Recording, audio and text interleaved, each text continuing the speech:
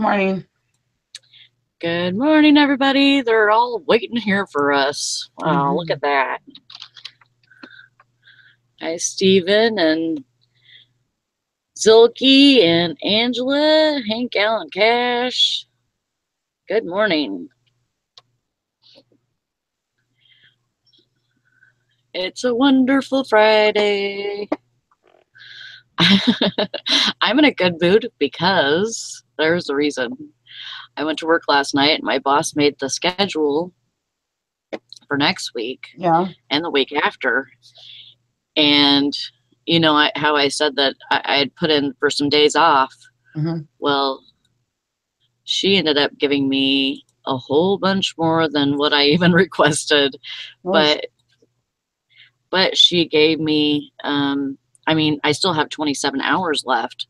So, because I wasn't too sure on how many I had to start with. And I had like, I guess I had like 88 hours or something. And or maybe even more than that. But she gave me 11 days off in a row. Wow.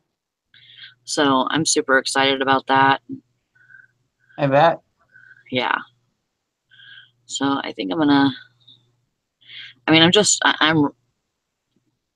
don't know, motivated. I want to get it started early so that by then I'm rolling in some money, you know? Yep.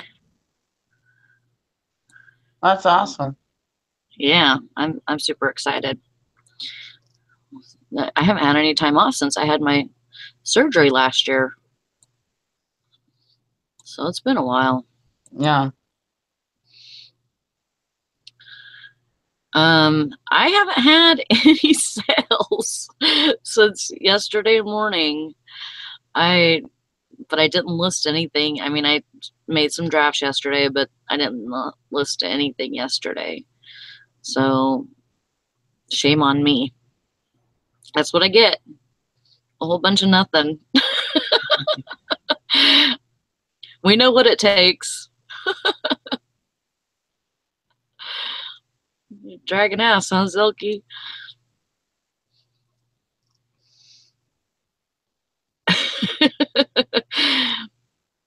Hi, Frankie's Vines. Good morning.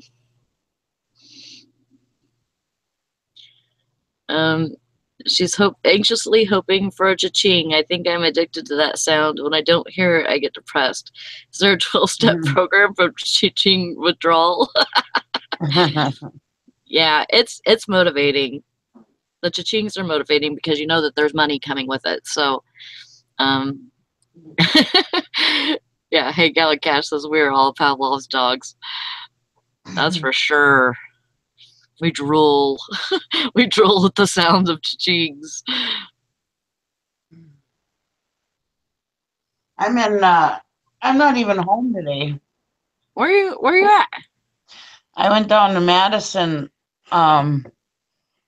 Wisconsin yesterday to pick up my daughter's friend's dad in the hospital, and I decided to stop in Toma and sleep. So I'm sitting at an Econo Lodge. Oh, nice. Yeah. Hi, Eric. Good morning. Hello. I could have made it home, but I just decided, well, maybe I'll make a little trip of it. Yeah. I drove up to Toma, so I'm only about 3 hours from home, but yeah. Well, it's Friday. Maybe there'll be some rummage sales or something along the way or something I can go to. Right.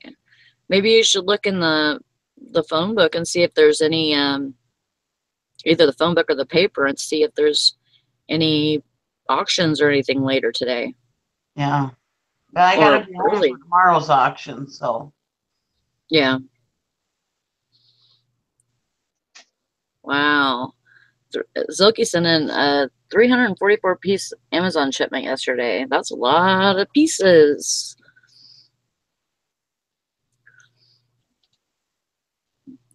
Very focused on the road, huh? I'm focused on getting on the road. I totally want to do that. I want to, you know, I want to travel. Eric, I have 11 days coming to me. 11 days of off days? Yes. I got what to do. I'm going to work my ass off. I am. I mean, obviously, but yeah, I didn't expect to get that many in a row. Huh? You need to take some time for yourself. It is a vacation. Well, I know. I know it. That's what I was telling Nikki. I haven't had any time off since I had surgery last year. That was in May. So I never take time off. Well, we have to, because if we don't, we lose it. It doesn't come in. Oh, I mean, I took the time off, but it doesn't mean I did anything or anything like that. I was working around the house. My last true vacation, where actually vacation was,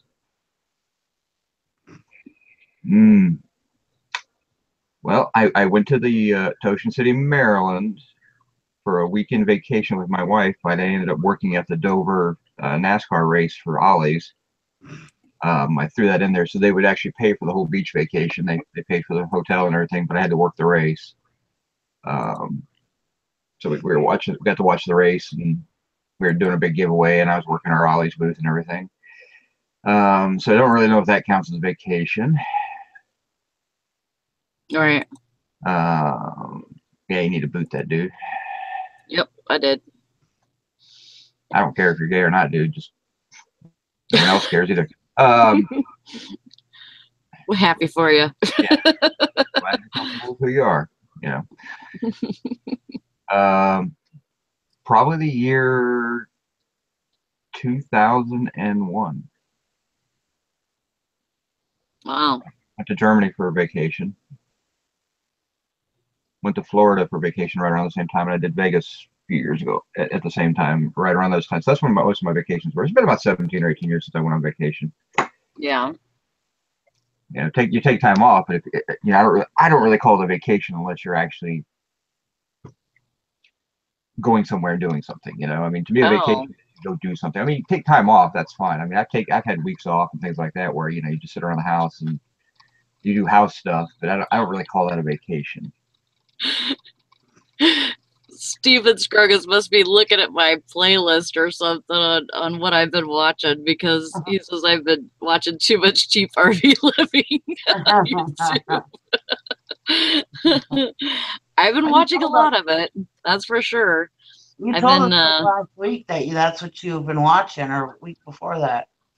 Yeah. You can tell that you watch too many of those videos if you understand the term boondocking. Oh, yeah. Mm-hmm. Yeah. Obviously, I know the term as well. So. And see, and I've really been, you know, I was telling my husband the other day, I said, I'm not moving to Slab City. Fish and Pickett asked if I was moving to Slab City. Slab City is fascinating to me. I mean, Slab City is in Arizona, I think, or New Mexico. I thought it was Arizona, but I'm not 100% sure. I know it's out there. It west. Might be Nevada. I guess it could. I mean, it's one of the states out west where they had all the slabs and people just parked there. Yeah, and you can just stay there for free. Yeah. Oh, is it in California? I know it's in the desert, though. Oh, is it in California? Huh. I don't think so. I mean, if it is, it's very close to the line. Yeah, I'm not 100% sure where it's at.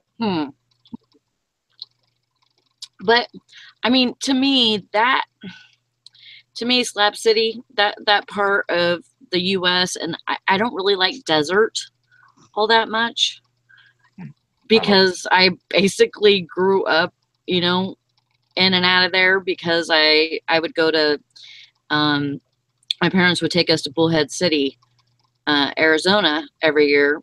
Well, maybe even twice a year for vacation, to see our grandparents. And so I really didn't like, I mean, it might be different now. I might think that, the desert is beautiful, you know, nowadays, but, you know, growing up, I didn't like it. So I don't think, I just want to roam. I really want to roam. never lived in a place for too long, in the same place for too long. I've always moved around. And I was telling my husband what I was saying. I was telling my husband the other day, went to Walmart and, I went to McDonald's to pick up my son from work, and I was waiting for him. And right next to McDonald's is Walmart. And there was a camper van parked in the parking lot by the trees.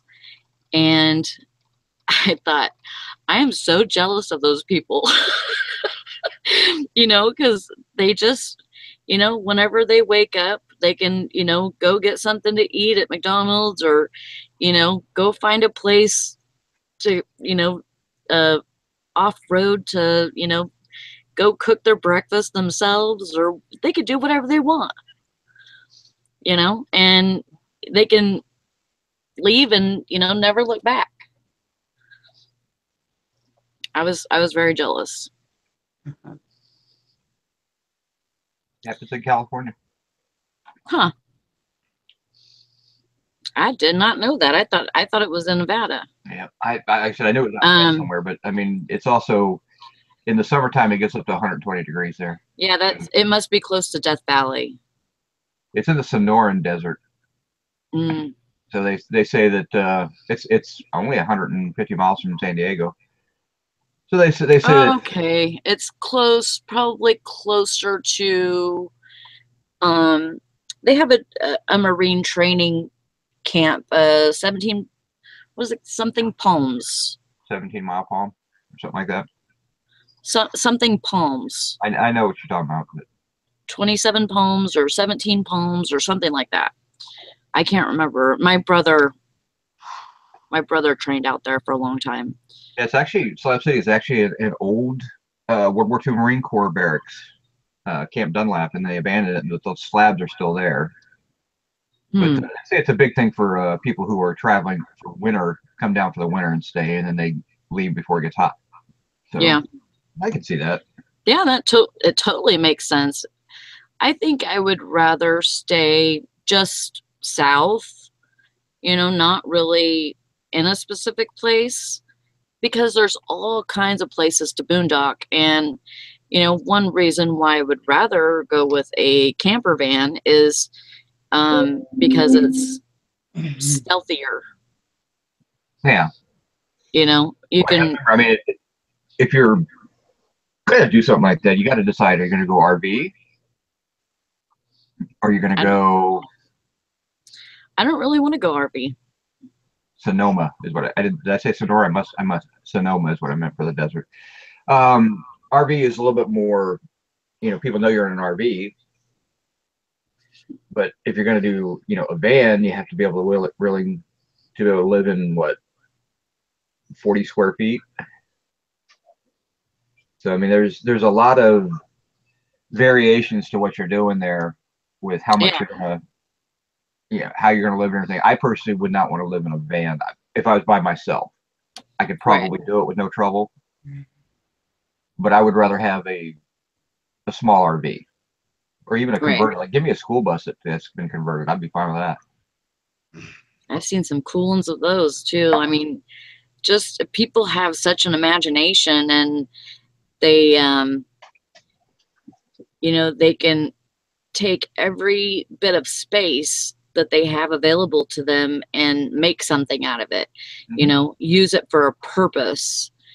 And, that's one of the things that Thoreau said was,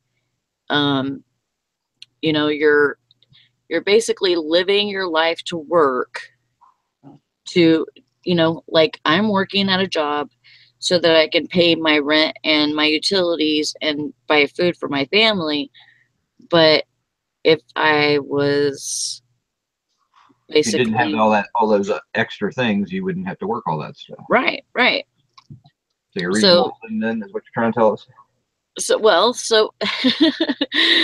So basically you can, just, you would have to be very frugal and,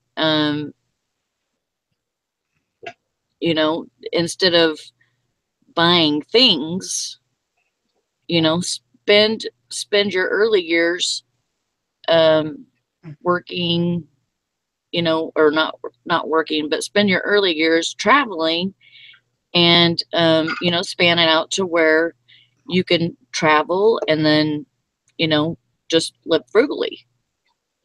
But you have to, you know, either have something to start with, or you can, you know, have a job like eBay and do both.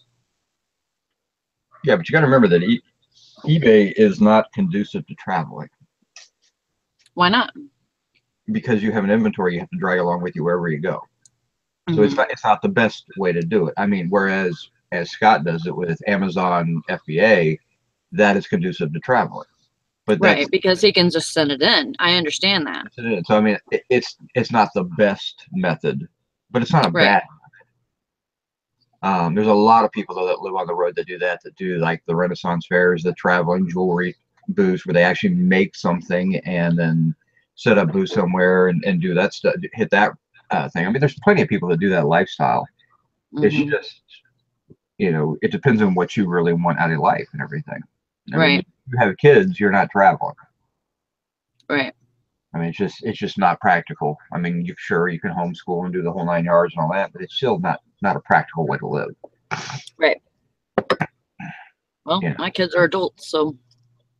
Yeah, I mean, if your kids get to be adults and are self-sufficient and you can do all that stuff, then great.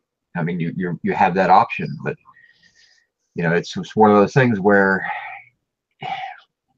you know, when you tie yourself, when you decide to raise a family and everything, it's a little bit different story. I mean, your time frames are different. Right. Oh, definitely. Tim, you're moving on up there up to 230 and $3,000. Awesome. So just every month, Tim, just give him a phone call. Yep. I go, Tim. So. And I think it has a lot to do with my inventory and that it's very, you know, I may change my mind, but you know, it's very overwhelming right now because I have a lot of inventory and I need to go through it and organize it. Are you saying are you talking about listed inventory? No. So maybe it's time to douche the inventory? Yeah. You know, I mean, there is a point where sometimes you can be overwhelmed by your unlisted stuff. Yeah, I'm fixing to go through. I'm fixing to go through and pick out the good stuff. Well, I did that with my inventory. I had a ton of, and I mean, I still have a ton of inventory, but I went through everything that I have stored in my pile over there, and all right, if it's not worth $20 to $25, I am not keeping it. I don't care what I paid for it. I don't care where it's at, what it is. It doesn't make any difference. And so when I did that, I donated like 9 or 10 bags of clothing that I'd already purchased. Right. And some of those were thrift stores. Some of those were auctions. I mean, I don't even remember where I got them all. I went through. That's nerve-wracking to me. Like, really? I mean, I understand that, you know, you got to kind of move away from it and move on. You know, if it's not moving, nobody wants it or whatever. See, I have a different, you know, like, I understand, like, whenever I first started, there's stuff that I wouldn't pay for. There was stuff that I wouldn't pay money for because I know that it's either long tail, like super long tail, or something like that. But I think that if you sit on it for a long time, somebody will buy it. Like there is a buyer for everything. You could put it in a box and somebody would buy it. I could have listed all of that stuff and sold all that stuff. I mean, it was good stuff. I'm not saying it wasn't good stuff. I mean, I donated. It's going to be good stuff. Some probably other reseller picked it up and selling it. That's fine. But for me, I have way too much better stuff to be caught up in the small, crappy stuff. And I'm not saying that $20 items are crappy by any stretch of the imagination. When you pay $1, you make 20. That's a good return. I'm just saying that I've got stuff that's $40, $50, $60 that I'm not being able to get to because I got to dig through $10 to $15 items. And so I just made a decision. I said, you know what? I've got to cut this down because it's overwhelming sometimes. And I do that all the time. I when I go and look stuff up, it's got to be worth $20 to $25 or I am not going to put it up. Sometimes I make a mistake and, I'm getting ready to list something and I realize that, oh, I've done all the work for the listing and I realize, oh, crap, it's really only worth $15. I still put it up. I also, if I have a quantity of something, I might put it up for less than that because I want to sell the quantity. Like I have hard drives I'm selling. And I sell those for $16.99. And I usually take offers all the way up to like $10 for those things. And they cost me $6.30 to ship, so I don't make a whole lot on them. But I had 180 hard drives, so those take up a lot of space. So it was like, why worry about it? I'll just put them up, and as I move, if I make $1 or $2 off of them, they're great because I paid nothing for them. My son found them and brought them to me.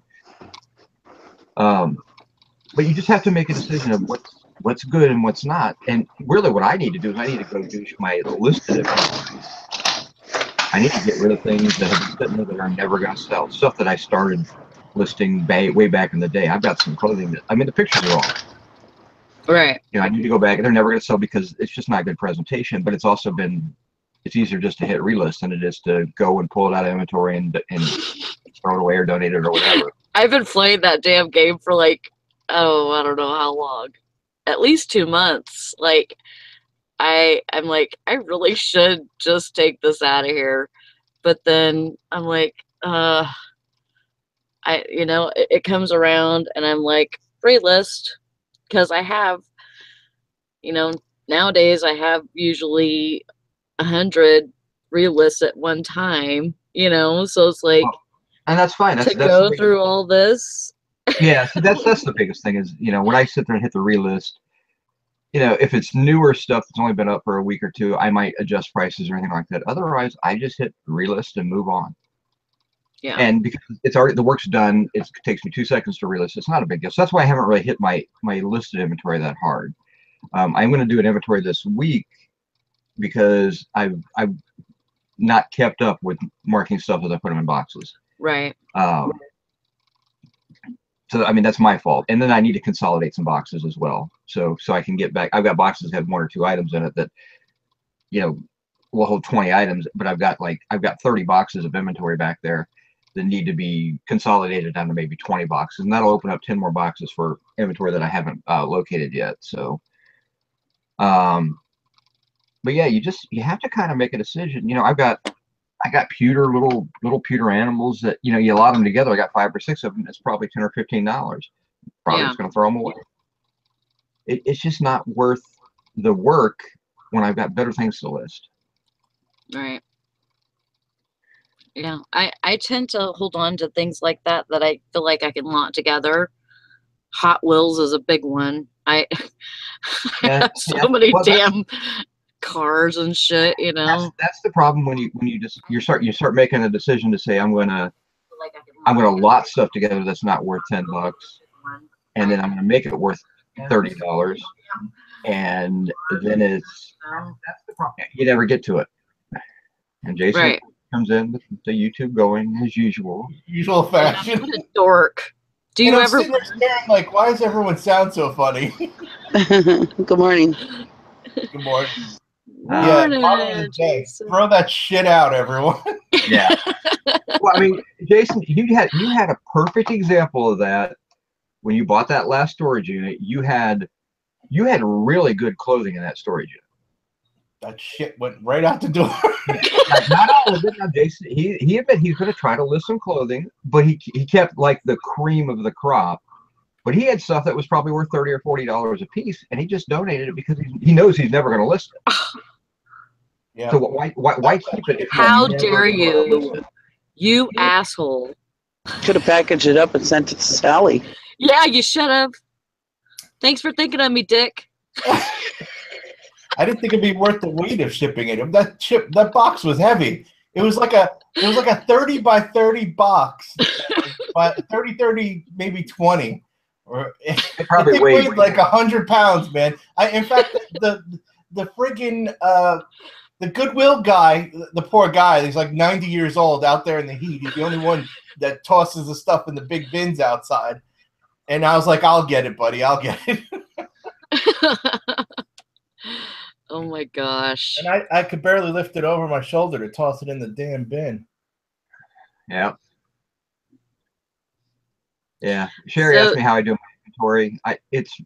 My inventory is, I use banker's boxes for smalls. I use totes for clothing, and the clothing is sorted into what style of clothing it is: men's shirts, jackets, pants, and I have a tote for women's clothing because I only have so limited women's clothing. Every now and then I get something, but that's how I sort my clothing. But my bins are sorted, by a box number. I put whatever the items I put, I just put it in there, and then I have a number on the box, and then I use that custom SKU label column to actually tell myself where the box is at. And then when I sell it, it comes up, it tells me exactly which box it's in. I just gotta dig through one box in at that point.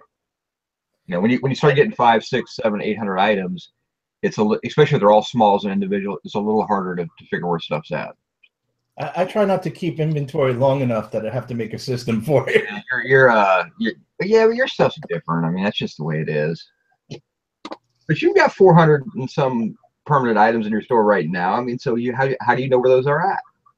Very easy. I have dedicated shelves that are just when stuff is ready to, is ready to ship. Anything ready to ship is on these 3 shelves that are 8 by 8 feet. What are they? They're like 3 feet deep. 6 feet by 8 feet tall shelves. There's 2 of them. I don't use the top 2 shelves, but all that stuff is everything that's done. And with my kind of stuff, I just know what everything is. I can just find it in a second. I just have it spread out. It doesn't matter. Yeah, I mean, you also have a dedicated workspace. You have an office per se that you go to that have shelving that's set up. I mean, you have a business location. Yeah, and as you guys, some of you have seen, it's very organized. So I really don't have a problem, finding stuff. Screw you. I even have a certain section for duplicate items, so I can even go to that section if I need to, Yeah. Frankie says we should have an auction show for those items you don't want to list. You know what? I've always said this. If you're close to me and you want to come and shop my garage, I'd be more than happy to let you do that. Oh my God, that would be awesome. Just come and shop. Somebody come just shop at my place. That'd be sweet. I'm not a garage seller. So I mean, I've thought about setting up my garage and doing. If I could get my garage organized enough to where I could just shut my door and then open it up and have a garage sale, which I've thought about doing. It wouldn't be that hard. I would probably do something like that. Yeah. Sure, he says, "Oh my God, he has shelves he doesn't use." No, I mean they're all used. I mean, sometimes I will move things around if I say I have influx of too much stuff that's ready to ready to be shipped. I might take a shelf that's just holding inventory and move that somewhere else. Jason has a lot of inventory he doesn't even have ready to list yet, though. So I mean, don't get him off. He's got a lot of inventory that's not up and doing anything with right this second. I mean, you've got 14 boxes of records. You've got all those records aren't even on the shelf. Those are in the bathroom. Yeah. They're all stacked in the bathroom. I have a 100 square foot bathroom. The massage table? Is that what you're talking about?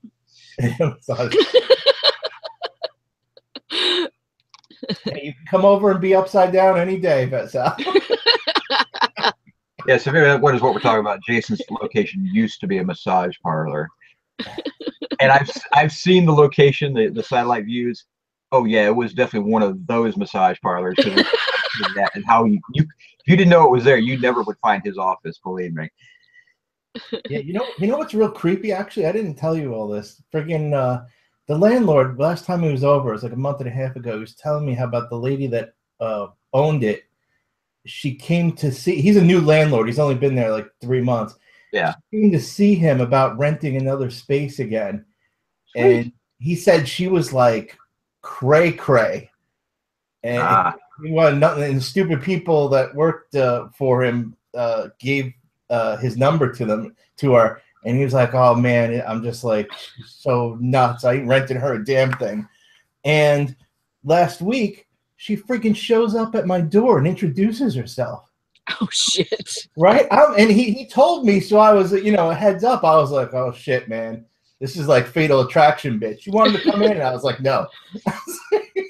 I'm sorry. I don't let anybody into my massage parlor. You could be a cop. She's trying to, like, look over my shoulder and shit, like this, trying to, like, peek in. I'm like, lady, you got to get out of here. And then I called the landlord, and he's like, if she comes around again, we're getting the police involved. She's a friggin' nut. I'm surprised she didn't say, hey, can we just use your business as a front? Yeah, they could rent the garage, and you could be working there and hear the wonderful tales of happy endings happening on the other wall. I assure you, anything from that lady wouldn't be a happy ending. Like pet oiled or some shit. No way, man. Jason's wondering why every time he goes out to get in his car, there's like 7 guys walking away crying from the other building. I thought I was happy. Man. That's some weird stuff. That's too funny. Yeah, but no, Jason, apparently she's some like her first husband owned the whole complex, and like he died, and then like so the guy that ran the major thing there was like this appliance business of some sort, and friggin' she hooked up with him like right after the death, and then he died or something. Weird shit going on, man. I stayed way out of the picture on this one. Honey, I'm married, thank you, and I don't want to die, so I don't want my friends to die, so I'm not going to hook you up with any of my friends either. So, and it's so funny. In my place, I have like weapons like strategically placed like every few feet. I mean, by weapons, I mean, like all knives and stuff, like, because of all stuff that I get out of these, between the storage units and everything else, I have like tomahawks floating around and butterfly knives. Me too.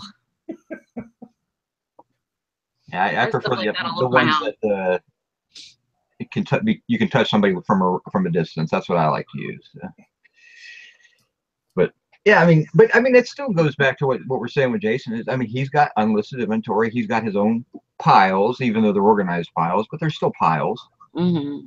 Yeah, but one of the first things I do when something comes in is I organize it into how it's going to be sold, and then I put it on the shelves. Yeah. Otherwise, forget. I don't just have boxes stacked on boxes of I don't know what's in there or crap like that. All my boxes. Sorry, Eric. No, I know I just repacked up most of my unlisted inventory in a box, so I know what's in my boxes, and I put a dollar amount for each box of how much is in there. So when I need to raise $500, I go grab a $500 box. It's kind of silly, but it just makes it easier. And what I did, I went to Home Depot and bought their I think they're 18 by 18 by 24 boxes. I think that's the size of them. And I literally just put them together and dropped the unlisted stuff in there and taped it up. And because I was thinking about I'm gonna move all my unlisted inventory out to my garage, so I taped it so that nothing could get into it or anything like that. But I was amazed at how much space that actually created in my death pile, because now it's in a nice organized. It's actually more like a wall than it is a pile. Right. And by doing that, it actually relieved that tension of seeing just a big stack of crap. Now I've got boxes. And I was also anticipating maybe doing a storage unit so I could actually just stack them in there nice and neat, and I just go grab a box when I need to. But I'm still hesitating on that because I was talking with Jason about it. We were saying I could just I own my house, so I can actually put a shed on my property and like move all my house stuff, my tractor and my lawn tractor and stuff like that into the shed, and then that would create more space in my garage. So, right.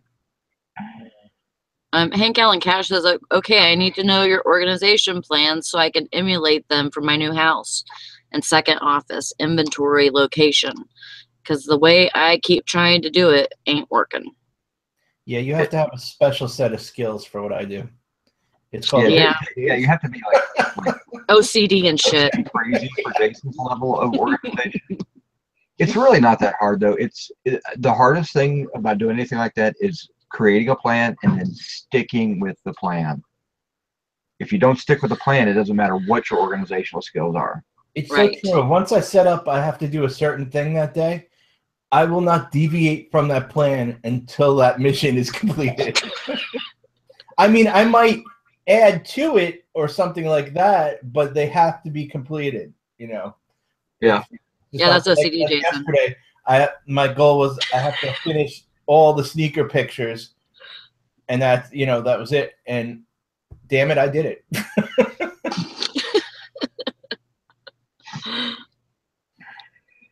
So I like short-term goals too. Just saying. It's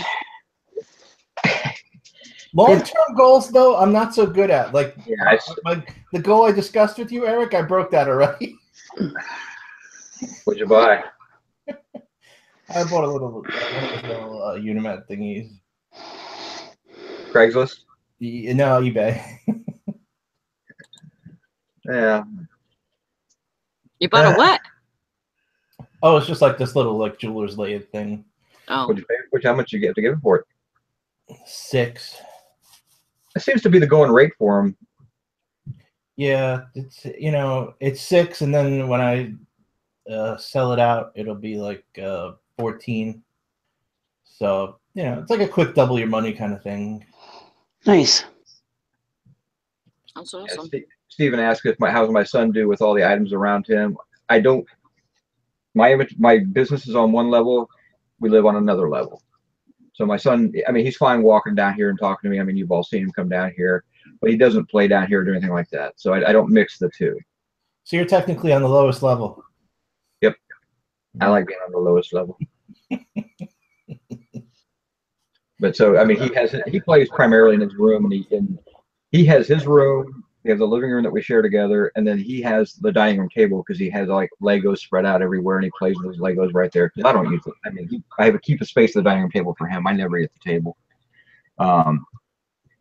So I mean, we interact that way. But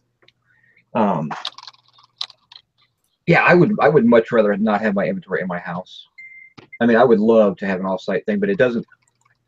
In the school year, it would make sense. Take him to school. I could go to work. Come home at the time he gets out of school. It'd be great. But what do I do for those 3 months when he's not in school? Yeah, that's the rub. He's not old enough, in my opinion, to stay at home by himself. Right. He's getting there, but it probably will be another 2 or 3 years before he's ready for that. And then I can maybe think about something like that. But that's a big outlay of cash as well. I mean, I don't really need to do it. I mean, you're talking $700, $800, $900, maybe $1,000, depending on the location. I can rent a location around here for $5. But by the time you put in internet security, insurance, all that, and then heating and cooling, you got to account for all this. So that's right out of your pocket. It's like paying an employee. That's right out of your pocket. So it just kind of depends on where it's at. Now, Jason lives in a smaller house, so he couldn't do his business in his house. Yeah. Here I just got this one little room. Yeah. And there's a little room. You got your patio out back. Yeah, but there's not a single eBay thing out there. It's literally just storage right now for the household. Okay, so and then you have to think. I mean, every house needs some sort of storage. So I mean, you got your one room there, which is what a lot of people work out of, is one room. Yeah, I mean, it's okay if you're dealing with really small stuff, but even right now it's like very congested, even though it's clean. This room has 2 shelves in the closet and this big 8-foot shelf behind me. Yeah. And these shelves are fine for stacking electronics or anything. Someone had asked what you do with electronics and stuff. Just drop them on the shelf as well. I mean, as long as you have like good shelves. I mean, these are the heavy duty ones, but some of those plastic shelves can't hold much weight. Right. If you buy the really good, I mean, Jason has the metal shelves with the particle board shelving on them and things like that. Those are really the best ones to get. They won't bend or anything like that. But you can buy the really heavy duty plastic ones that you can get at Costco or Ollie's for me, and you'll pay like $40 a shelf, but they're solid. Yeah, these actually aren't particle board, believe it or not. No, they're not. I thought they were. No, what these are, they're very heavy duty. There's metal grates in there, and then what I did is I cut 3/16 inch that blackboard stuff and put it on top so that it, stuff doesn't fall. So you can hold smaller items on it. Oh. And so it can hold a lot of weight. Yeah. And the particle board, that stuff, turns to crap after a while. Even true. You spill one thing on it, next thing it swells, and you're throwing it out anyway. Yeah. Apparently, Megan's had a rough week this week. You know what? Everybody's plans can get destroyed easily. It's like going on a diet. You just, forget about the past and go on to the next day. I mean, talking about these shelves also, they're expensive though. So, I want to say I'm into them for about between $400 and $500 a piece, and I have 13 of them. Wow. Yeah, but you didn't go out and buy 13 shelves. You bought them one or two at a time, and then. Yeah, I did that over time. Yeah. You see, like the ones behind me, they're the same ones that you can get at I think I got them originally at Lowe's, but they're like 200 something, but they're only 3 shelves. I customized these to what are these? 5 shelves. Oh. So all the extra parts and stuff bumped the price up even more. I think it was like 4 something. Between that and the extra grates and the extra wood that it adds up. Right. It's something you need to invest in. Yeah, I never minded investing in my business. Yeah. No problem. Yeah, especially something like that. That's going to make your life easier. Absolutely. Anything that makes life easier, I'm all for. I even recently just bought one of those automatic paper crumblers. Yeah. Not the auto one, the manual one, but it's like, it crumples the paper. Yeah. We were talking about you picking one of those up. If you pay me, I could just go like this and then go. Yeah. Yeah, but Sally, that means your position would have to be like hanging upside down above his shipping table. So. Yeah. You also got to remember, when I have a big run, I have to ship like 100 packages, in like 2 days. So it's like anything that speeds me along is worth the money. I think the thing was like $200. I was like, And he did break a nail one time when he was crumbling paper. So. What? He did break a nail when he was crumbling paper one time. That's right. Remember that? It was like paper, man. I have a good lots of paper cuts. Remember, I gave Eric his man card back and took yours away. If you want to see Jason when he is like working, sweating to death, he's dirty. It's when on his shipping days. I mean, he looks destroyed at the end of the shipping day. Yeah, it's a lot of work. That is true. I mean, Tim says you can go to an auction that sells store structures and sometimes get shelving quite cheap. There are also a lot of places that you can get on the internet and just search for gondola shelving, and you'll find a lot of places that resell that type of stuff. And gondola shelving is the store shelving you see like in any grocery store. So you're not looking for that so much of a big place, but they have other sizes of shelving as well. Most of my garage selling came from an old auto shop. I bought all the shelving out of that, so I have shelving that goes all the way around my garage. Now it's full of my stuff, but most of my stuff I could throw away because it's crap, but it's my stuff. My husband built most of my shelving, and then I have one big shelf, that pallet shelving from a warehouse or whatever it's called. Yeah.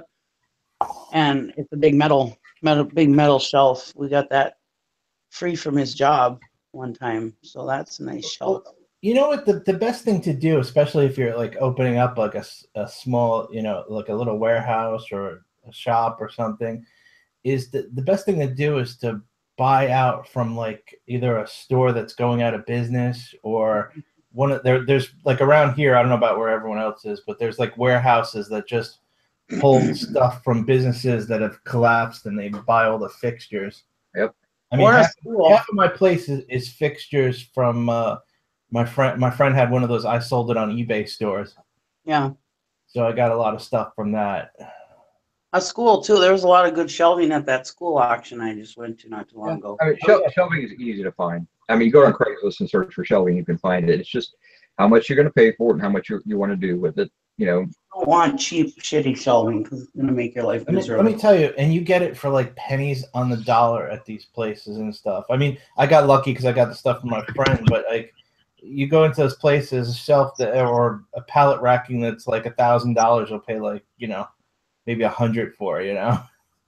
Yeah, you just got to be willing to take it apart and get it out of there and then put it back together. I'll be right back. Yeah, it's actually so cool. You know, I know Eric, you've seen them, and I think Sally too. My counters that you see in some of the videos, you don't see the other side of those counters. They're set up for a retail store. On the other side are these big. Each one has a big logo in the center that lights up, and I put my custom logo in there for my business. That no one ever sees. You did? Yeah, not that anyone ever sees it because I don't, you know, do retail or anything, but I just did it because of my OCD. I couldn't leave it blank. Oh my god! So wait, so that's awful. But it looks really cool. So Jason, you walk into Jason's shop and he's got a lit logo on the outside of his desk of the inflatable guy from the movie Airplane. No, that's not my store logo. Like, you're kidding, right? But no, I mean, I mean, you get back into investing in your business. You know, if you can make your workspace cleaner and more conducive to work, you'll work harder. You'll get stuff done because you're not tripping over your own crap. I mean, I trip over my own crap all the time. Believe me, I got this stupid lathe down here that Jason convinced me to buy. It has all I have, because I haven't taken it apart yet, is I have scars from where I've scratched myself on it 100 times because it's sitting on my floor right here. Because I don't have any place to put it. Yeah, so it's all fun and games, but let me tell you, I could never do the volume I do without being extremely organized. Yeah.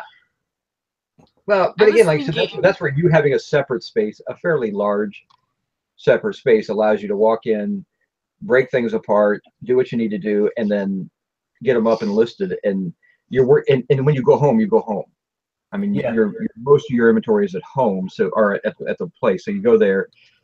Yeah, but the nice thing is you also keep some stuff at home. So when you don't feel like going into that, because you still got about a half-hour drive to get to work and everything, you don't feel like making that trip where the weather's bad. You can still work at home on other stuff. Yeah, like today. That's what I'm doing. Yeah. I took all my pictures yesterday. And I actually, when I'm doing the description, like the description of the final thing, and I do that here, it's just more convenient instead of sitting there, you know. Yeah. Because I you know, I don't know. I like doing the descriptions at home. Dog's here. True. Mine's underneath my desk. He loves getting underneath my desk. Absolutely same.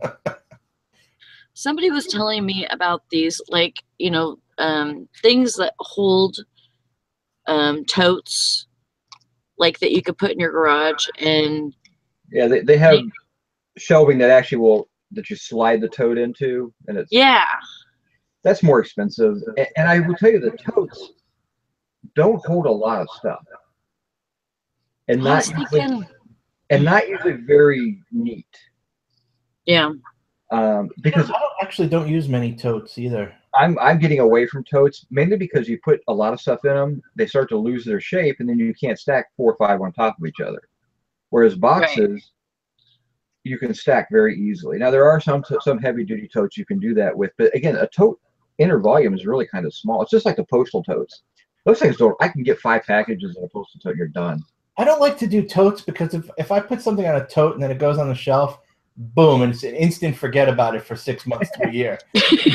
I'm not kidding. If I have anything, I try to keep it out and open on the shelves where I can see it. Wow. Out of sight, out of mind. I'm telling you. Yeah. Hank Allen Cash is saying, I have no home, I only have the hoard. I mean, you start to feel that way sometimes. I mean, I feel that way at times, and that's why I'm trying to make some changes. And they're slow changes, they're hard changes to make, but I mean, like Jason, I really haven't been buying a whole lot. I've got some stuff that I'm looking at auction, but now I'm kind of buying piece by piece. And I'll probably once a month I'll probably go down and make a big buy at an auction, spend $400 or $500, and I'll be good. But you know, I don't want to. I got too much stuff to be out there. I'm hunting home runs. I'm not hunting everyday stuff. I got everyday stuff. Yeah, you know, and to just back up the tote thing, I can tell you right now, in here even, there's 2 totes full, right? I can tell you what they are. They're comic books, and the other one is repair manuals for electronics. Now, the comic books I've had for 2+ years now, and the manuals are over a year. I got a tote of comic books right over there. And I have no plans to get those anytime soon because they're nice and neatly stored in a tote. Wow. But yeah, I mean, I have, by the time I finish my project of getting all the boxes in here out of totes and into boxes, things like that, I'll have probably $4,000 of my guesstimate of inventory in here. And then if I hit the garage, I probably got another $2,000 or $3,000 of unlisted inventory. Wow. So, yeah, and that doesn't count my photography inventory, my slides and all that, because that's just an unknown of how much it is, and that doesn't count bird pictures and bird slides and all that. So. Oh yeah, I forgot about the Birdman over here. Those are going up next month. I had a plan for those. I knew when I was going to put them up. So. Wait, can we hold you to that? Can we? Yeah, you can. Those are still going to be super easy to list. Yeah. Because it's really just like 3 pictures for each one. And what's nice is they're in boxes and they're individually in a box. So as I list them, I'll be able to list a box at a time, and they just get bin located right away with the box location. So I'm not too worried about those. And I already got them organized and stacked. So it's just a matter of grabbing a box, boom, and then go to the next box. I'll probably be able to get all my bird pictures up in a day. So if they're so easy to list, how come they're still on the shelf? Because I get buried behind other stuff. Yeah, so like that's why I'm working that thing behind you that you keep hitting your foot on. No, the lathe is going to be done. I'll have to talk with you about that later. I want to figure out exactly what I need to do with that. All right. So I'll need your advice on that. But I want to get that done this weekend. At least get it broken apart and items, knowing what everything is. Because I mean, I've got the manual. I can break the thing apart. It's not that difficult. Yeah. But I want to make sure I break it apart the right way to maximize the dollars, because this is really my daughter's purchase, things like that. Okay. I was just gonna say there's like $1,000 sitting behind the floor there. Back here, there's Jack Daniels back here, rubber band. That's what I have, but that's my little work liquor cabinet's actually down here. So. My bird dog and. You know what my cabinet consists of? Tic Tacs. Tic Tacs and Zima. Yeah, that's where it's at. I like Tic Tacs while I'm listening. I like coffee. Well, that too, amen to coffee. Yeah. I was supposed to get up and go work out this morning. Too much bad weather around here lately. I mean, half my streets were flooded yesterday. So. I was down here in my because I'm in the lower level. It's actually underground. I'm looking at my drains and checking my yard. I'm like, I do not need a flood in my basement. But my drain works great. And it's weird. I have the sump pump. I have the well for the sump pump.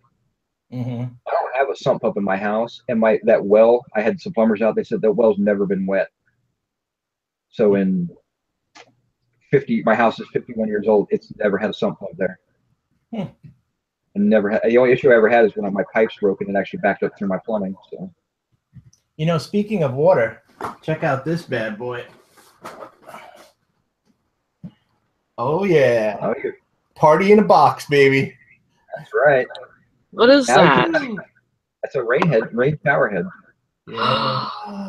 Oh, I want one of those. Oh yeah. I went to Bed Bath & Beyond the other day with Jessica, and I threw this in the cart. She was so pissed. I was like, screw that. I was like, we're getting that thing. I don't care what it costs. Why was she mad? Just because how much it cost?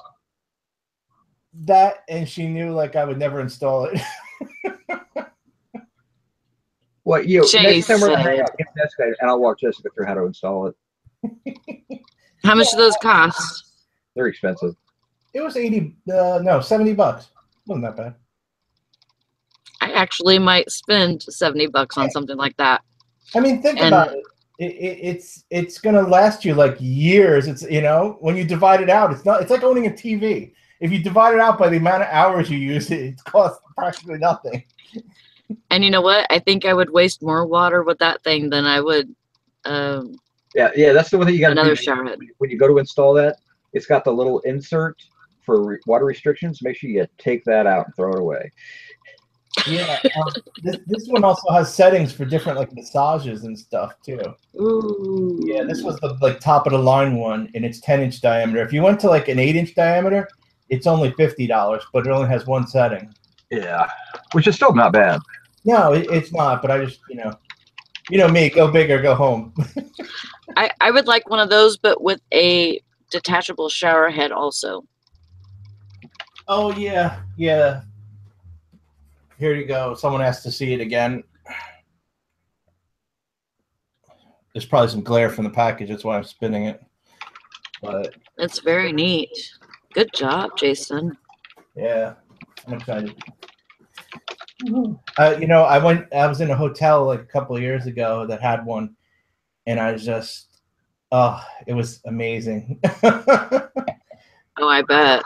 The only house I haven't actually put one in. My last house I had one in. I need to go pick. I forget about them, and then I'm in the store, or Walmart or something like that, and I look over like, oh, I meant to buy one of those again. The last ones I've been buying have been, I think I got them from Lowe's, and it's like, I mean, it's really only like $20, but it's only a 4-inch one. But it's amazing how that makes a difference. But what's really cool about it is it has this articulated arm, so most shower heads come out like this, but it actually bangs it out and puts it right above you. Yeah, and then you can sit there and change it and everything. That's what's really cool. Yeah. See, it's really hard for me, to stand underneath the shower head and usually, I mean, the water pressure is good and everything where I live, but I'm short, so it doesn't hit me as hard as it would hit somebody, that's taller than me. I keep thinking like the Incredible Shrinking Woman, she gets big. Okay, you may be short. So that extra foot of rainfall. It's not like you're 2 feet tall. It's like this far from my head. I mean, seriously. So I have the detachable shower head. So I'll hug the shower wall and then have it on my back. Yeah, but if you're using one of these, the further away from it, the more rain you're going to get on you. Yeah, you want it up higher. Yeah, you want it higher. The higher, the better. Let gravity do some work there. I understand what she means, the higher the better, but she's getting the bottom of the stream instead of the pressure in the stream. For her life, she's always been getting the bottom of the stream. Yeah. See, what everyone can't see right now in the audience is Sally stacked on about 8 pillows. She's a platform in the shower.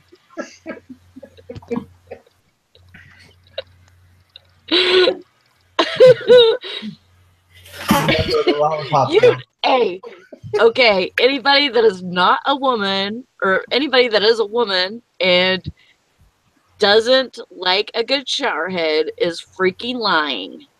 Okay? Wait. You want a good shower head or detachable shower head to make the shower head good? That one. I just picture Sally doing gymnastics in the shower to make sure it hits the right spot, If you're upside down, this one should work.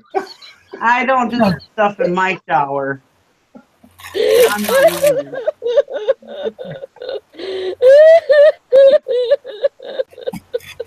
That's what I'm married to. You broke Sally. Oh God. Just like legs up in the air like this. Oh my God. My detachable head is for my dog, not for me. Very happy then. Okay. That's what you call it these days? for bathing the dog. Bark like a dog. Sorry, did I wake you up?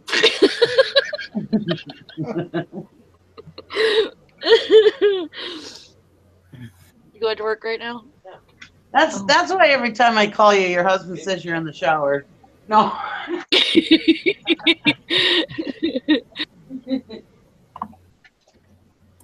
You've been in there an awful long time. I don't know why.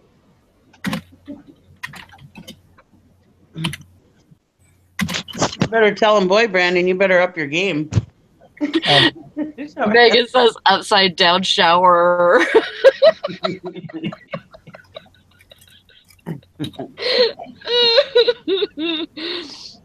Oh, that's too funny. If you think that's bad, you should see what she could do with a loofah. Yeah. Oh my gosh. Jim must be packaging because I don't hear him. No, yeah, he went outside to go pick stuff for shipping. Thank God. Yeah, because he would have been all over this conversation. Here, when you guys were talking about the shower stuff, and he said, "Oh boy," and left. It must have been too much for him, even. So is he keeping the boat or not? I think he's got. We have two boats. We have a big boat and a small boat. I think what he's going to do is sell our small boat and then keep this different boat. So Anyway. the boat was better than he thought? Oh, it's dirty, but it's a very nice boat. I suspect what happened was these people just bought this property like in the fall. I think what it was that you had probably a guy who got old, wasn't using the boat, maybe guy died or whatever. We have this happen up here. They'll sell the property, but they'll leave the home furnishings, the boats, whatever. I think, and then these new people got it, pulled it out of the garage, put it outside under a tarp. And we're like, oh, it's ugly now. It's in our front yard. Get rid of it. But no, it's really a very nice. It wasn't kept outside. The seats are good. The fiberglass is good. It's got a nice 50-horse Mercury on it that turns over. So he's going to clean it up and he's going to look at the motor. And I think he's going to sell our other small boat is what I think he's going to do. Well, that's cool. It's a 1974. It's not sexy looking. It's kind of that ugly. That's the perfect boat. I mean, it's a tri-hull. It's a nice solid boat. Yeah, he's been wanting one with the open bow. Both of our big boats are closed bows, and he kind of, if we take the dog with or something, you got an open bow with a couple seats up there. So yeah. I think that's what he's going to do. But he's going to clean it up and really look into it. Anyway. I swear, Jim's got more toys than Sally. Well, if you knew Jim, it's all about redundancy because he's like, if I want to go out in the boat and my big boat ain't running, I want to know I can go get in the other boat and go out on the boat. So that's how he thinks in the mind of Jim. Anyway. Yeah, but that doesn't work for Jim's guns because it's like, well, that gun doesn't work to go to the next one, but he can do that for like 75 times. I mean, yeah. Guns? Jim owns over 200. Between handguns and long rifles, I know we got at least 200 guns. I lost count. How many does Tara own now? I have a Remington Woodmaster 30-06. I have a Savage Model 99 Takedown and a Ruger 22 pistol. That's it. That's where my family. The rest are all Jim's. Nice. Well, we've got guns together though, because we've been married 10 years now. So I mean, like, if I see a gun at auction, I'll be like, "Oh, that's a cool gun." I mean, he'll buy it. So those are like ours together. So yeah. But he owned quite a few guns when I met him. I divested most of my guns just because I wasn't using them, but the ones I keep, I use. So he still does it, not quite as much, but when he was younger, he wanted to collect World War I and World War II guns because you could, back in the 80s, 70s, you could obtain them pretty easily yet. They weren't really expensive. And he wanted guns from all sides. So, like he wanted German, American, British, French. Yep. So that was his thing. Yeah. I thought about doing that, but I got into it a little bit too late. It was just too expensive. Yeah. No, and there's like like guns, I'd want a Civil War gun, but I mean, even they're getting a little more expensive. But actually, their prices are coming down now because they're getting old enough. I think where people aren't collecting those as much. But you know, like World War I was 100 years ago. I mean, World War I and World War II guns are gonna be like the new Civil War guns were in the 70s or whatever. You know. Yep. It's harder and harder to find places to shoot too. Yeah, well, we got land, so that's good. We did buy a gun on Wednesday at that auction, some old piece of shit Ivor Johnson, but it was cheap, so anyway. We hardly ever lose money on a gun. No, you could part them out. It's a single shot 12 gauge. We paid $35 for. So I was like, well, I'll take it home. Yeah, Roger, those are about 60 to 70. You could come close to losing money on this one though. No bluing, painted black, and I mean painted black, stock, barrel, receiver, a cracked butt plate, obstructed barrel. It's got a slug in there. There's dirt ahead of the slug. I'm amazed they didn't blow the barrel up when it happened. Is the barrel bulged? No bulge, which is amazing. I don't know how, but it's definitely a slug. I can see the back end of it with a flashlight. It's definitely the back end of a lead slug. And in the front, when you try to poke it from the front, when you trip the barrel down, dirt comes out. So it looks like it was a dirt obstructed barrel that stuck a slug in it. So where the gases came out, I don't know, but what a mess. I think they painted it black and just hung it above the fireplace as a decoration is what I think they were doing with it. Can you cut the barrel off behind the slug, or is it not that deep? Well, I guess you could. It would probably still be 8. I think you'd still have legal length. But but actually it doesn't look like it deformed the barrel. So I don't know if it was able to sneak out past the back of the action, but where the gas is released, but it doesn't look like the barrel at all. I had a beautiful 16 gauge gun that somebody had stored upside down in their basement, and the basement had flooded and they never did anything. So it ruined like the 6 or 8 inches of the barrel. So I was able to get it to 19 inches and still be usable. But yeah, it destroyed probably $1,000 gun. Yeah. I mean, beautiful stock. I mean, great action. It was Belgium. Yeah, and unless you add one of those modified, you could add those choke tips to one to get choke, because otherwise, once you saw it off, you got no choke. Yeah, it was great for birds. Yeah, I bet you had a nice wide pattern.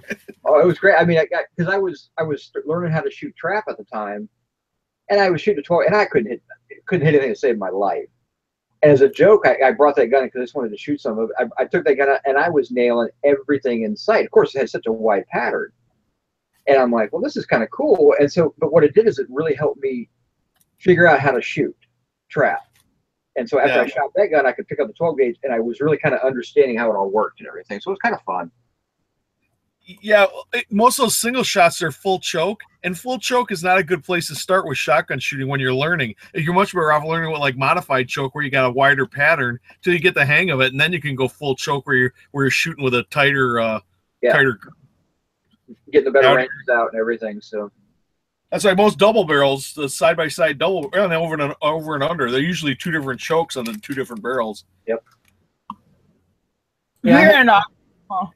I was just gonna say we were at an auction one day because you're talking about sawing off shotguns, and Jim buys this shotgun, it was sawed off too short. And I always laugh because he's walking down the road. He takes the barrel off and throws it in the woods. Anyway. Yeah, $10,000 fine. Yeah. Yeah, you don't want to be caught with that one. So. I'm surprised the auction company sold it. Yeah, auction company sold it. Was it close? No, it was way too short. Shit. It was a 12-inch barrel. Oh, yeah. It was a single shot shotgun with a 12-inch barrel.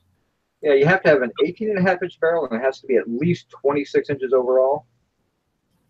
Yeah, and nobody else, I saw it was sawed off. Nobody else had bid on it. I'm like, well, hell, I don't have to pick it up. I don't possess it till I take it at the trailer. So they're going to, when you buy a gun, at least in Wisconsin, they take it to the trailer, and then when you're done, then when you pay, then they give you the firearm. Well, they gave me the firearm, and I just quick broke it down because I needed the action. I didn't need the barrel. I quick broke it down, took the barrel, and just on the way back, threw it, chucked it in the woods. Yep. Now it's legal. Squirrels can own one. I can't. Yeah. Well, nice of the action is what you were looking for. You can always put a different barrel on it. So it was a real nice action on it. So I picked it up for, geez, I think $25 or something. Not even, I don't think. None of the gun guys would touch it because they all saw it was a sawed off. I'm like, what the hell? I'll just get rid of the barrel. Yep. It's not like I had unscrewed or anything. Yeah, it just flips right off. So.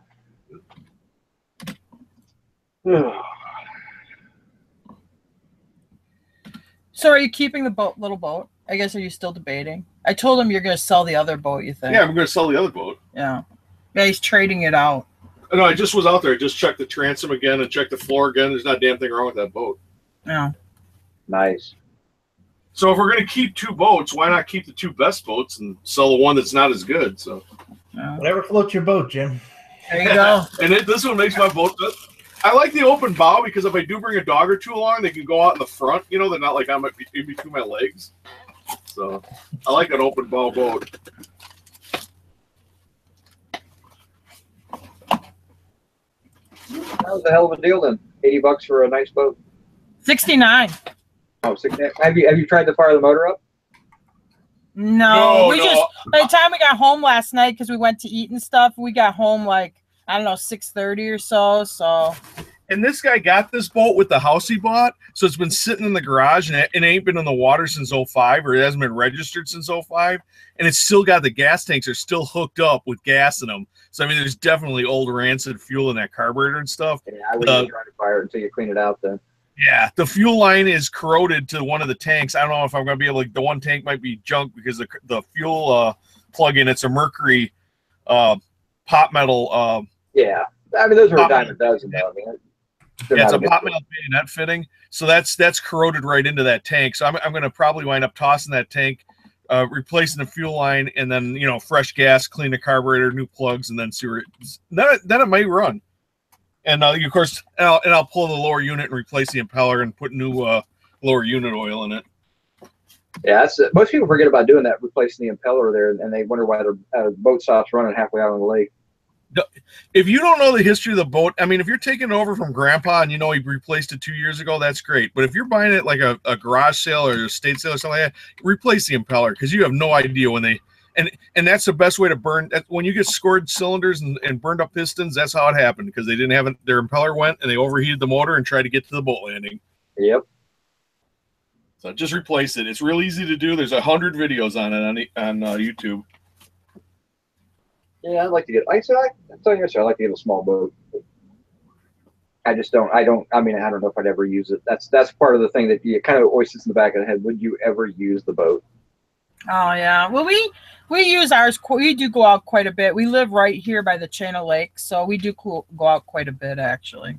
Yeah, for me, I'd be looking at a minimum of 40-minute drive to get to water. Oh yeah. Yeah, for us not to have a boat, it would be a crime. That's the YMCA. Yeah. What'd you do? I put a pool in my backyard. Why, you don't swim from a boat. The only pool in the neighborhood with a loading ramp, you know. Well, aren't you getting like a bunch of flooding there in Columbus right now? You could use it now on the road. Yeah, you could loot. You could pick up. You could sourcing, retail arbitrage in all the flooded buildings. I was a little concerned, believe me, about the weather. I was looking at my backyard and checking the weather. I saw that on my news feed this morning or yesterday.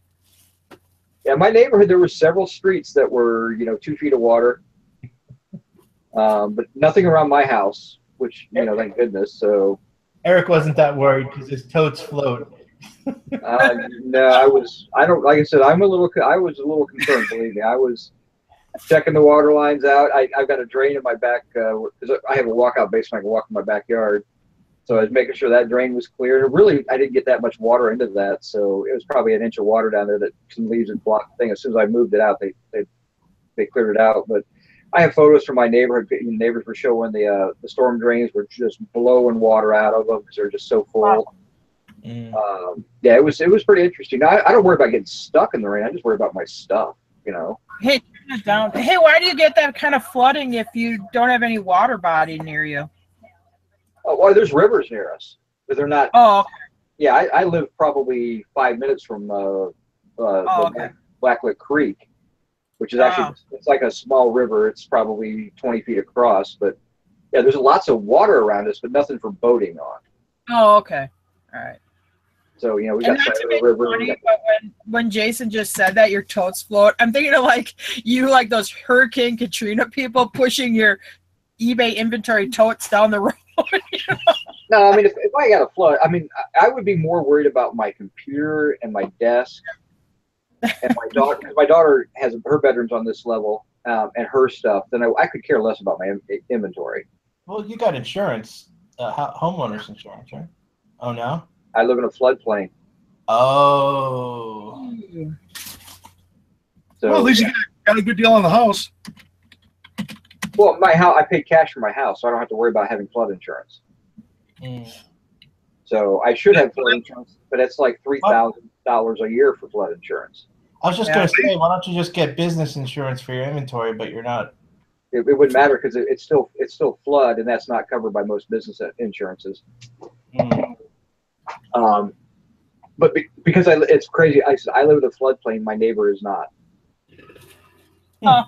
I'm right on the very edge of it, and my house is up, so I don't worry too much about it. But they're supposed to be reclassifying everything around here, but you know the government is slow as hell when it comes to that stuff. To take us out of the floodplain, because the reason we're in a floodplain back in '77, I think it was, there was a giant flood that flooded 90% of the neighborhood I live in. Well, they were doing construction at the time, and they had changed the way the river flows, and it caused the flooding. And they fixed all that, and they actually went back and they rechanneled it and changed the way it flows. So down here, we haven't had a problem, but it takes the government 50 years to reclassify. So, but yeah, if I went to go buy flood insurance, it would cost me $3,000 a year. So I know in Wisconsin it's 100 years. It's a 100-year floodplain. Yeah, I think I'm in a 50-year floodplain is what they call this one. So, but you know, it's one of those things. When I go to sell my house, I'll probably have to buy somebody a year of flood insurance to get the sale done, unless they're a cash buyer. Yeah. You know, it's just one of those things that you as long as you're aware, unless they finish the reclassification, I'm not moving for 5 or 6 years at least. So, kind of have to figure that stuff out. But I mean, it's not a big deal. It's just, you know, when you know you're in a floodplain and you get a lot of water, you get concerned. Yeah. Maybe you should have all your stuff in a storage unit, because that you could insure. Yeah, I could do it that way if I moved everything off site and then took out business insurance. It probably wouldn't cost me that much. It probably cost me, I know, probably $40 a month or something. Probably not even that much. For my place, I put in it, and you know, I'm in a more expensive area. I'm paying like $1,000 a year. That's like $80 a month. I mean, that's not bad. Yeah. No, I'm not complaining. And you're doing a building too, so. Yeah. Oh yeah, and it's the bill. It's also what do you call it? What's that type of insurance? You know, if someone gets hurt or some shit. Oh, liability. Liability. Thank you. Yeah. Well, I carry a liability rider in my house. I have a very high policy in my house, so. Yeah, just like my car insurance, my insurance on my car. I mean, the minimum in the state of Ohio is 20, I think, or maybe 30,000 liability insurance. It's like 30 for liability. It's like 30/50 or 30/80, something like that. I can't remember what it is. I carry 200 and 400 on my cars. Yeah, I'm not at the minimum either. I bump it up.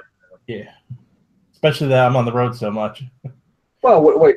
I mean, my wife she was killed in a car accident, and everybody that was there was carrying the minimum, and so it really limited how much, you know, money we had as a payout. You know, I mean, I got minimum from three different companies because it was a mess, and so, you know, and you can't really, you can sue for more, but most people don't have any money. That's why they have insurance. So, you know, and my attorney, they did backgrounds, and everybody says nobody's got anything. It's, you know, they're living like everybody else. They're paying their bills and all that stuff, but their insurance is what they have, and that's all we could get out of them. You know, so kind of is what it is.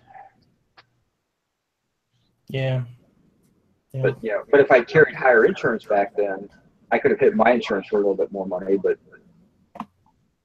yeah, it's kind of weird how it worked out. But You know, so I don't carry cheap insurance anymore. It's not worth it. I mean, believe me, the difference between 50 and 100 and 200 to 400 is like $5 a month. I mean, it's nothing. Yeah, it's not a lot. I remember that's why one of the reasons I did it. Yeah. The only thing I won't buy anymore is I won't buy accidental death or dismemberment insurance from, like, you get these companies that try to give it to you for next to nothing. Yeah, $10,000 accidental death. Those companies don't pay out. Mm. My attorney had to threaten to sue them because we had a $10,000 accidental death and dismemberment, and we finally settled for $5,000 because they were going to drag the thing through court for $10,000 on an obvious accident. I mean, they were angling every which way to not pay. Mm. Well, yeah. Thanks, yeah. So yeah, I mean, insurance is one thing you don't cheap out on. Or don't not get. Do you ever see like these cop shows where like they pull over all these people and no one has insurance? I used to be that way when I was a kid because it wasn't required, and then when they required it, it was so expensive. A lot of us didn't care because you're a kid. You're 17 years old driving a car. You don't have the money for an insurance. Yeah, but most of these people, the consequences of it either. Most of these people I've seen though were like adults. Even if you like, because I get stuck with Jessica, I get stuck watching Judge Judy, and most of them people are adults that don't have insurance. Yeah, I don't. The best part is they all give the same excuse that, oh, I was a day short paying the bill. First of all, insurance, they can't get you unless you're over 30 days late. Yeah. So, you know, enough of the excuses. Yeah, that's the thing. I mean, I'm not. My insurance is, I pay it every month. It comes. Mine is through my bank, so I mean, I don't worry too much about it. Mm. And insurance is one of those things you hate to pay for, but you use it one time and you're set. Actually, yeah, that's one of the things I actually don't hate paying for, to be honest with you. Well, it's one of those things in the back of your head going, I'm paying for something that I get no benefit out of. If anything, the benefit is peace of mind, to be honest. Yeah, but people don't think like that. It's true, most don't, but I definitely do. Oh, yeah, I don't worry. Because I remember the days when I didn't have insurance. Mm-hmm. I mean, I've had insurance for 20-some years straight now, you know, probably more like 30 years. But I remember back to those days when you first start driving and you don't have insurance and you're worried about getting caught. And it's just that peace of mind when the guy walks and says, you know, license and proof of insurance, and you can just go, no problem. You know, it's like sometimes, though, I mean, when you're young and broke, it's you go back and forth. Like, am I going to register it or am I going to insure it? Am I going to register it or am I going to insure it? You got to pick one. That reminds me, my car tags are expired now. There you go. Oh, you know, my Jeep, the inspection expired. I forgot about it. Yeah, but you're not driving it, so it's not a big deal right now. No, it's just sitting in the garage. But Jessica actually noticed it the other day when she was going past it. I was like, oh, yeah. Yeah, I don't have to do that here in Ohio, at least.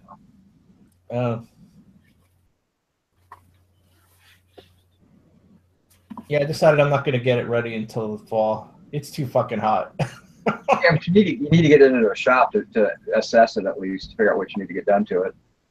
Yeah, in the spring. I mean, in the fall.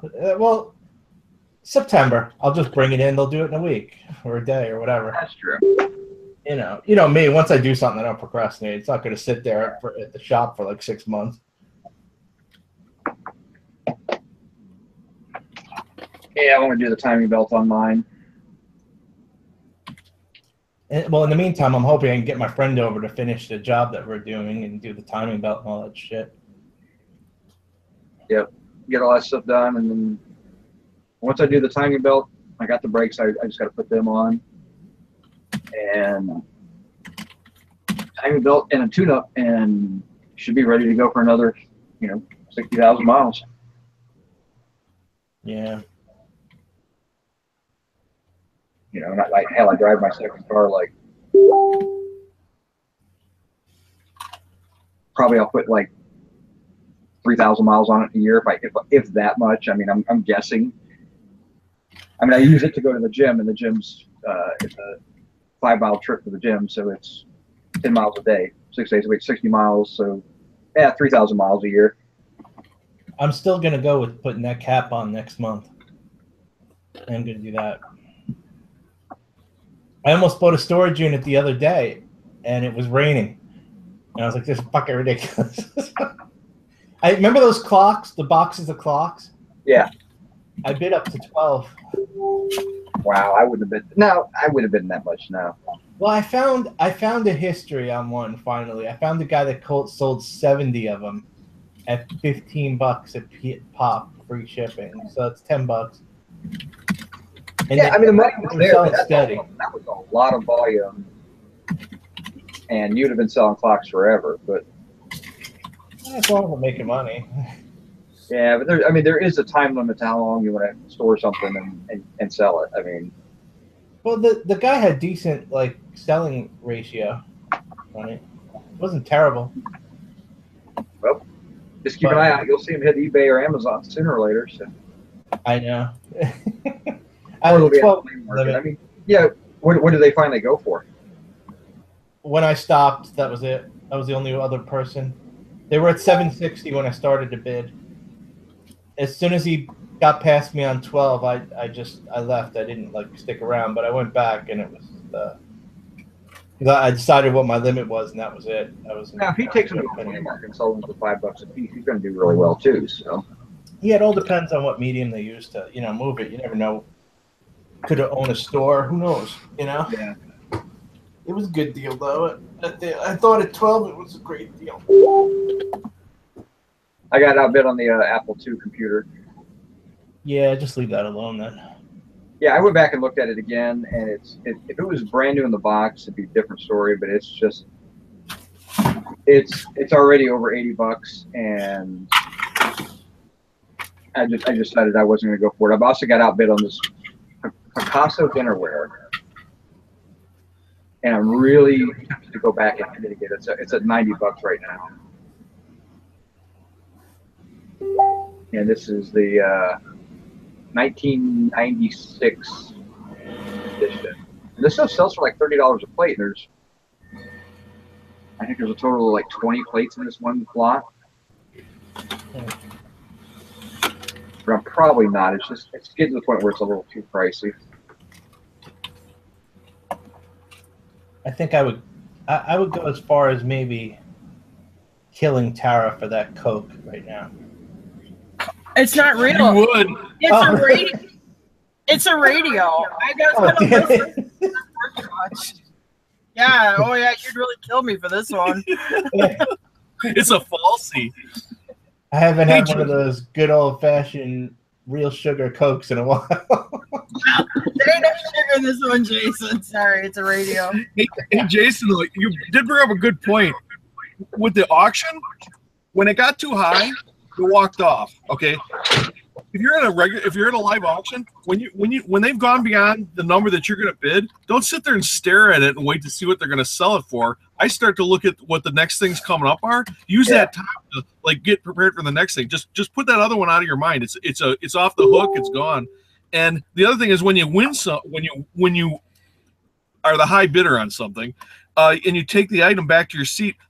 A lot of times people like look at it and they're like, oh, wow, what did I get here? And they're showing their friends and stuff. Don't do that. Just sit down between your legs and be ready. Because a lot of times early on, I'd be looking at the thing I just bought and I missed something that just came up to the table because I was too busy looking at the thing I just bought. So yeah. No. Yeah. I'm like this, Jim. I'm like, I got it. And you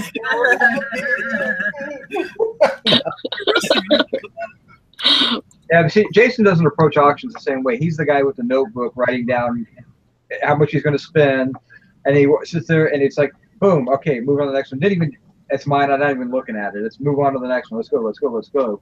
Oh yeah, I don't really make a list. I know in my head what I'm going to pay, like how much profit I'll make when I'm bidding, and when it reaches a certain level versus time versus ease to ship, there's some factors in there.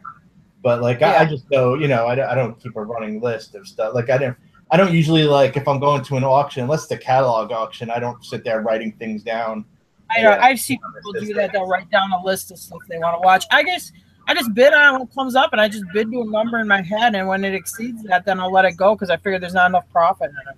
Yeah, well, I like watching people write stuff down. You walk behind them, you can see how much they're going to bid on stuff, so you know whether or not you can. Oh yeah, that's. I know that is funny. But like I said, the last auction I was at, there was these two guys, and they're there every time, and they buy crap because they don't spend more than like $10. Mm. And so, I mean, when they start bidding on something, I'm like, oh, I don't have to worry about them because I know what their limit is. See, auctions. There's also a lot to auctions. There really is. Like, if you're doing it long enough, you realize there's a whole, like, there's just so many facets to the way you can bid. And to get, with the ability to get items and stuff, like, there's so many different ways. It depends on the crowd that's there. I'm usually like there in the back studying everything for quite a while. As I say, there's a psychology to how you do things at auctions, and it's very easy to be an auction bully, as I like to say, to be the guy that's out there just pushing people around with your bids. There's a certain madness to that when they realize that you're not afraid to spend money. That's a big thing. Setting that first thing where I'm going to get it no matter what because I know I'm going to make money, and then you'd be surprised how easy it is to push people off their bids. Yeah, but it depends on the crowd. First, I study the crowd. If you're in a crowd where there's a fair amount of dealers or stuff, if you start jumping bids, it ain't going to matter. But if you're at a crowd where everyone's fairly timid, you jump a few bids, you're like, king of the hill. Yeah, I mean, jumping bids is fun if you know you're making good money because that really will take out the cheap dollar bidders, and you'll know whether or not you got good people in there. Yeah. There's lots of those different little strategies. Even like, say if you're going back and forth 2, 4, 6, 8, 10, 20, 30, and then like there's sometimes where you want to pause to kind of like psych the other person out. Or there's really lots to it. It's hard to just sit here and explain it. To me, it's if I know I'm going to make good money on it, I'll jump a bid to clean out some smaller. So I'm going to sit there going, $1, $5, $7.50, $12. I'll be 25. And they bid again 50.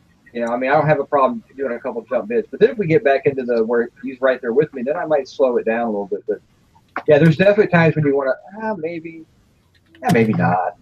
2, 4, 6, 8. Who do we appreciate? Jason. I thought you were checking out serial killer heaven now. That's all I could think of when he was sitting there going 2, 4, 6, 8. I'm only on my second cup of coffee. Nice. So what happened to going to the serial killer car resort? Oh, we had to get out of bed first. Oh. It's like 10:30 in the morning. I mean, you're on Eastern time right now. Yeah, this Eastern time thing sucks. I woke up at like 8:41. I was like, holy crap. I'm so much for doing good, getting up early. And then I was sitting down at the hotel, like, little breakfast thingy. And I was like, wait a minute, it's Eastern time. I got up at 7:41. That's pretty good for me. What state are you in? What state am I in? Confusion. Like normal. Yeah. I'm in Tennessee. Tennessee. Tennessee. You're really not that far away from home, are you? So Gabe, about 5 hours. So Gabe and I found this arcade. We're in Gatlinburg. So Gabe and I decided to go on a road trip after we left the other part of Tennessee. So we drove like 5.5 hours yesterday, and we came to Gatlinburg because we were trying to find something fun to do. So we were like, Memphis, Nashville, been there, done that. And I was like, Gabe had never been to Gatlinburg. I've been a couple of times, but found this like historic kind of hotel that was built in 1937 that literally, I mean, they've kept it like pretty period correct. Like they updated this room in sometime in the 70s, but it's so, what's the word, kitschy, so to speak, that it's like cool as crap. And like the pictures, there's pictures up and down the walls of all the famous people that have stayed here, made it out to the, autographed to the lady that owned it for like 60 plus years. Still in the same family, I believe. But the halls are literally, I wonder if I can sneak out in the hall. It reminds me of The Shining. Ooh. Yeah. And I was telling the guys last night, I was messaging them, and I'm like, I just want to ride a tricycle up and down the hallways and red thumb. So what are you doing? Huh? I want you to go try something and tell me if it's fun. They got that Gatlinburg mountain roller coaster. That's actually on my list of things. The hotel we're in is the what do you call the sky lift thing that goes up and down? Yeah. It's right next door. Like literally, there's the pool for our little inn that we're staying in. Like I was sitting outside this morning drinking coffee. My brother did that. And watching other people smoke. But the lift thing, well, apparently with all the forest fires that came through, they had to replace a lot of it. So for temporarily, it doesn't stop at the top anymore. It just goes up and comes back down until they get the landing platform rebuilt up there or whatever. But I want to do that, but Jim won't do it. I've done it, and I hate heights. I've done it a couple times, and it's one of those, like, you get on it, and then once you get on, you're okay. Yeah, because it's pretty low to the ground, isn't it? It is. It looks horrible. Like, when you look at it, you're like, oh, my God, I can't do that. But really, the whole time you're going up, it's really not that bad. You know, you're not that far off the ground. But, no, the roller coaster, get this. There's a couple different roller coasters, but I was looking at the Yelp reviews last night. I think we're going to do that tonight because there's one of them that's all lit up and you can do it in the dark. That's the one I'm not doing that because that's like a rolling bear feast, you know, in the middle of the night. I mean, So it's like you got a bunch of bears sitting there going, okay, what's coming up next on the platter? You know, it's like, no thanks. So Gabe and I found the arcade last night. Of course, you know, all these places to eat, and they're all kind of touristy. It's like Bubba Gump Shrimp Company or Dick's Last Resort, or, you know, places you could pretty much eat anywhere else. So I'm like, Nicky's Dirty Dicks. So I want Chinese, and he wants Chinese. So we find literally, if you've ever been to Gatlinburg, it's just a big giant tourist trap of like 15 blocks of nothing but like shops on either side of the road. Well, of course, we find the one Chinese place that's tucked back off in the corner. It looks like it was last remodeled in probably the 60s. And we walk in, and I know it's going to be good because we are the only non-Asian people eating there. That's no lie. And it's just families sitting around. I'm like, okay, this has got to be good food. Because when you walk into an Asian place like that, and it's all Asian people eating there, you know it's not going to be Americanized. And it was actually really good. So then we walk across the street, and we find the arcade. And, of course, when did stuff get high-tech? I mean, I know a lot of them have been that way. But oh, God, it's been a long time. They're like little mini casinos anymore. Uh-huh. I mean, so really? we discover, oh, hell yeah, if we put $100 on this card, we get an extra $40 worth of play. So then we find all the machines that are like broken. Everybody finds Dave & Buster's. Like the one where you spin. Yeah, I haven't been to Dave & Buster's in probably 10 years, but we find the ones like where you spin the wheel, and if it lands on like 5 tickets, so it was spitting out like 100 tickets. It was loading 100 tickets to your card. And we're like, okay, we're going to play the crap out of this. And then we played Yahtzee. There's some kind of Yahtzee where you hold the balls pop up. And if they land in the right holes, you can hold this one or hold this one or hold this one. And we were winning. Did you get enough? Did you get enough tickets to get a Prius? Dude, I got enough that Gabe got this really cool hand-carved walking stick, and he got was that a throwing knife, or was it one? He got a couple of cool knives, and we still have 9,000 points left, and like $80 left on the card. Wow. Here's the one he got. He got that one. It's not any particular brand. It's a Mustang. That's cool. Which is probably. And then the other one he got was a Hawker. What kind of knife? What would that be? That's cool. It's not a boot knife, is it? No. Does it fold? No, it doesn't fold. It's got a little lanyard thingy on it. It would be a boot knife. And then it's got a second lanyard. What's up with that? I don't know. It looks like something you need to take on an airplane, Gabe. I think you need to get more tickets and cash in and sell that stuff on eBay. Hey, we're going back tonight. We've already got our. I'm not doing that coin thing anymore. Oh, and then we did the coin push. You know, the ones they always have hidden in every little back of every gas station illegally or whatever. And it was the Wizard of Oz one. So like it had this like music trailer that like every 30 seconds go na na na na na na na na na na na na na. So all night long I've had nightmares about like little green gnomes or whatever. Okay, I've never been in a hotel where you could see the pipes above you. Okay, so like I said, it was built in 30. No, it was built in 37. They kept a lot of stuff very period. Here, hold on. Love the picture. I always talk loud. So they kept everything like really period correct. But I mean, they remodeled though.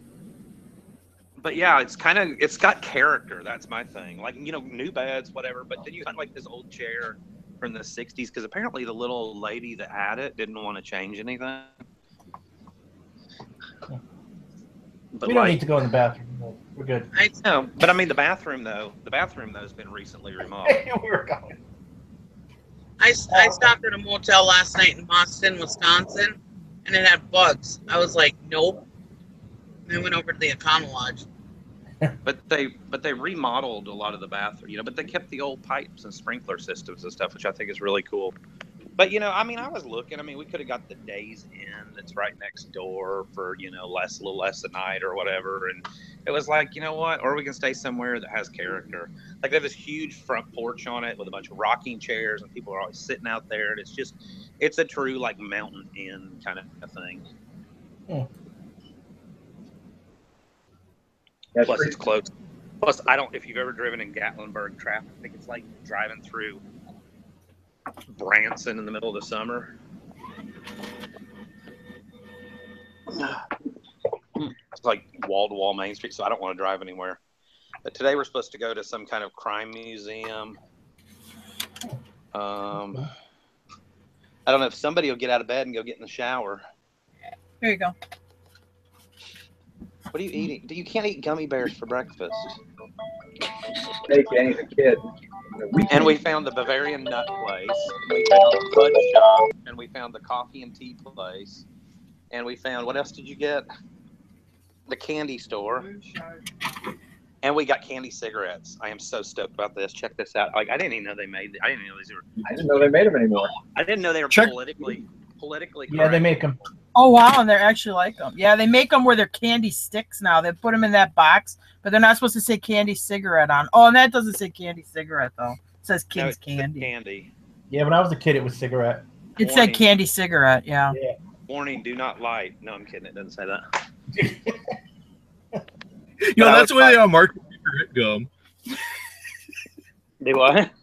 That's why they ought to market Nicorette gum in little packs of like gum cigarettes. And then Gabe found the beef jerky outlet store, which those are a chain. We have one of those in Huntsville. And he got kangaroo. You already ate that. Gator, elk. Did you get possum? That's probably a Tennessee thing. Buffalo and ostrich. Oh, wow. And some beaver. But that had nothing to do with the jerky store. Gabe wants to know. I don't know, jerky store. Gabe wants to know what that means, Jason. No, no, he knows. But what our kids do, which is hilarious, they know what everything means. If we'll say something like that, they'll go, "What does that mean?" Just on purpose, just to be like, "Oh, nothing." Yeah, but you know, we're still like old. It's like maybe beaver doesn't mean anything nowadays. You know what I mean? So when I was a kid, I had this shirt that I used to wear, and I bought it at Spencer's. And I didn't know. I mean, I was like, I don't know, 14. I didn't know anything. I didn't know what it meant. I didn't realize it was like an innuendo. It was a black and white shirt. It was a white shirt with a black and white photo of the whole Cleaver family on there. And like Beaver had a mohawk, and June or Ward, I think, had like the kiss eye makeup or whatever. Did everybody just leave? Oh, no. We just don't understand what it means. We're hanging on your every word. We're waiting for the punchline. And underneath it says, Ward, I think you were a little hard on the Beaver last night. Oh boy. Oh. And I wore that. I mean, I was in the youth group at our church. I wore the shirt everywhere, and nobody ever said a word. Like, I don't think anybody ever got it. Maybe they got it. I also wore a shirt that said "Frankie says relax." What are you saying? Frankie says relax. Everybody wore those shirts. Well, that was a little older than me, but Yeah, they used to have those relax, don't do it shirts. Frankie goes to Hollywood. Or they just say relax. Did you have a mullet when you were a kid? No, I didn't have. Why would I have a mullet? I lived in Missouri. Gabe's laughing. Oh, thanks. That sounds funny. A Missouri mullet. I don't even know where Missouri is. Someone hand me a U.S. map. oh my god, Where the fuck is Missouri? The gateway to the West. Come on. Oh, Missouri. Yeah, Missouri. That's a state. Yeah, I've heard of that. Are you gonna eat your donut? What's the abbreviation for Missouri? Do you want to eat the donut in the shower? You can take it. Missouri is. No, it is. Okay. Which doesn't make sense because there's no O in Missouri, but. Yes, there is. No, there is. U-R-I. Oh, yeah, there is.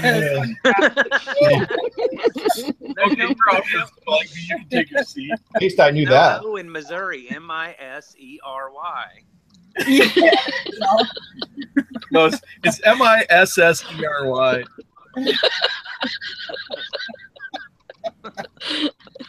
So wait, is that past the Mason-Dixon line?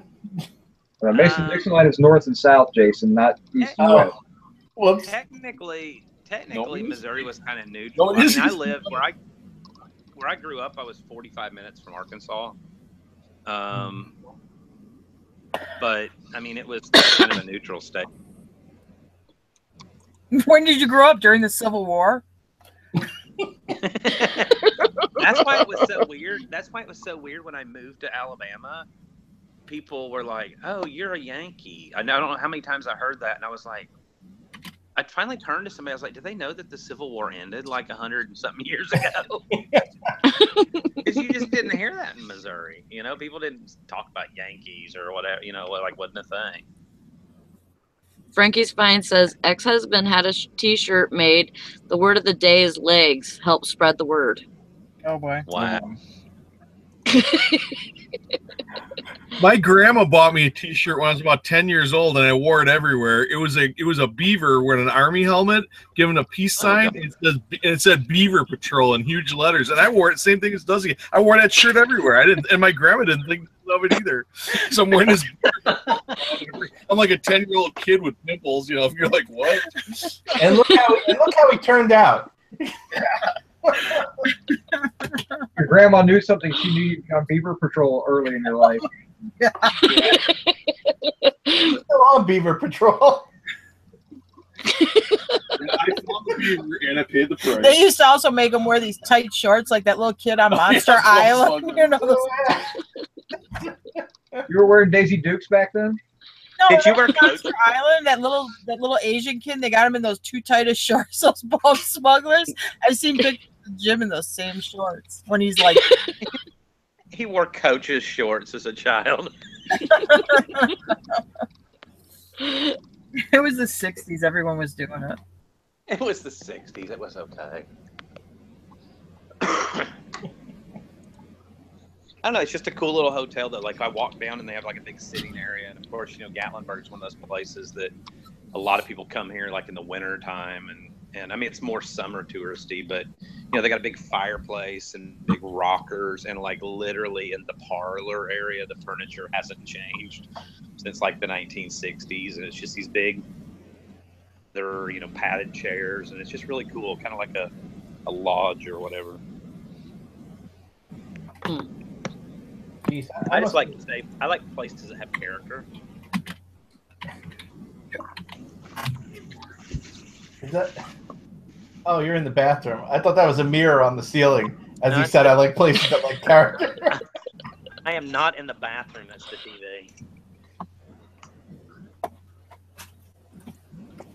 The bidet. I think I grew up in like a more affluent area or something, because when I was a kid, I was dressed up in like these little sailor outfits and stuff. Well, there's a picture. You dressed as a little sailor outfit. with bus Lollipop in your hand. Straight lollipops in your hand.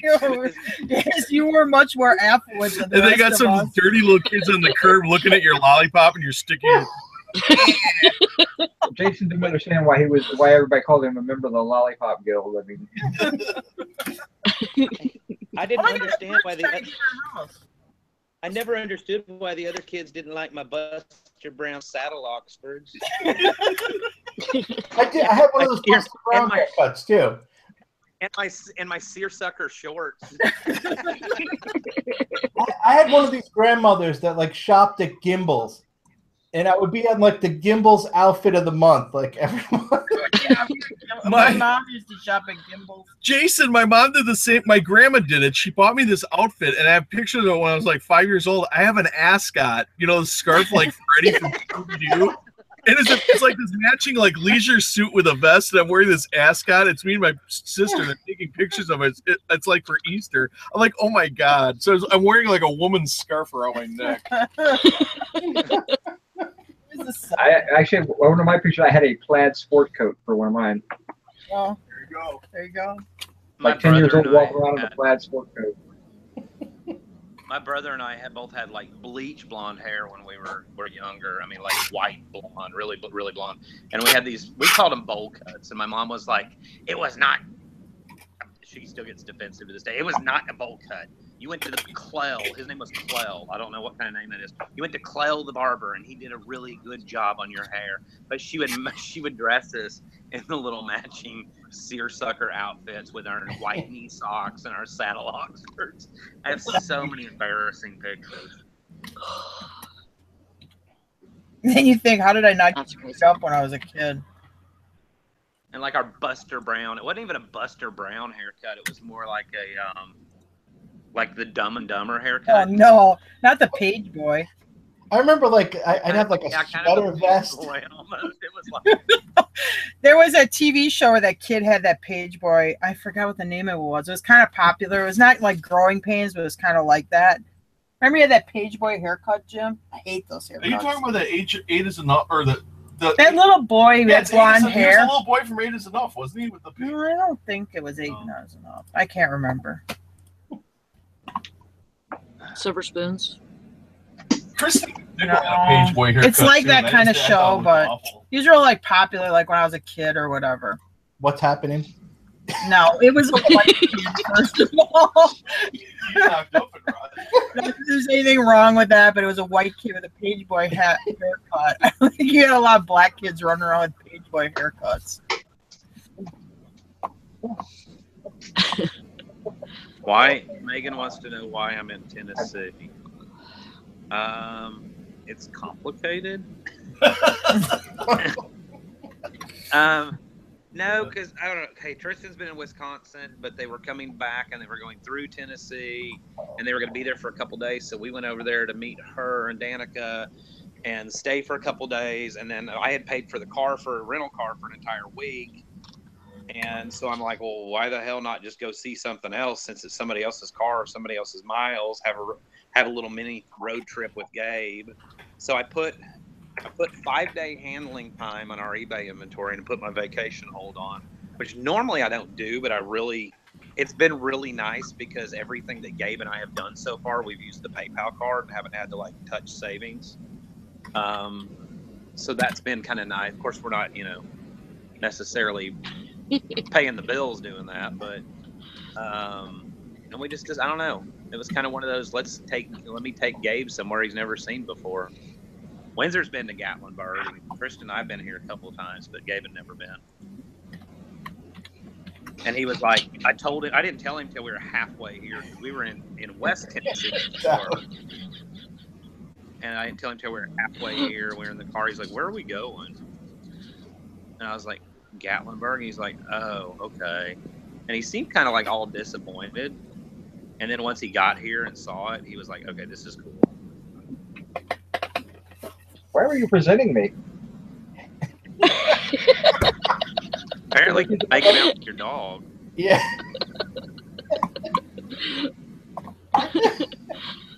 I thought you wanted to give everybody the show. The next when You're a good puppy.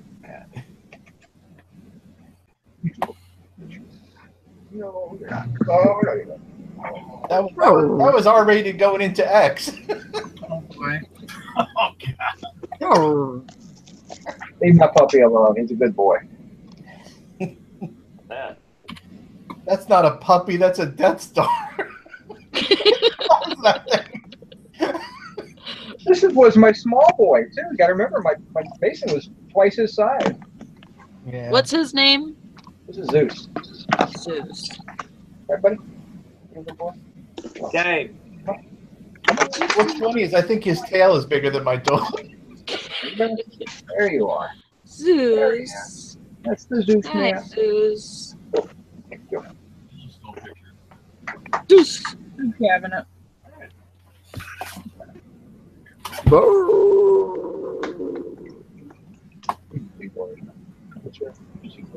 I'm just jealous.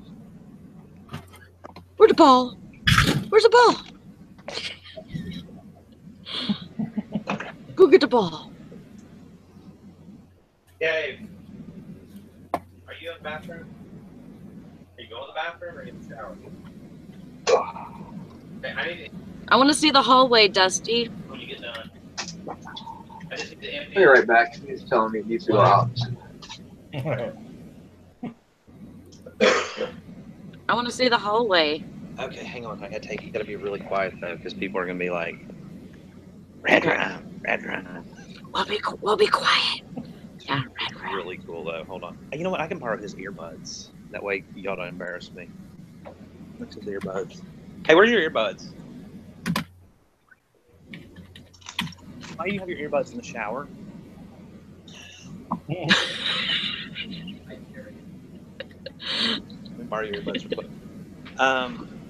We dump that sink or toilet or whatever. I just need to get some more ice in it. Hold on. I don't trust y'all, so I'm putting your earbuds in.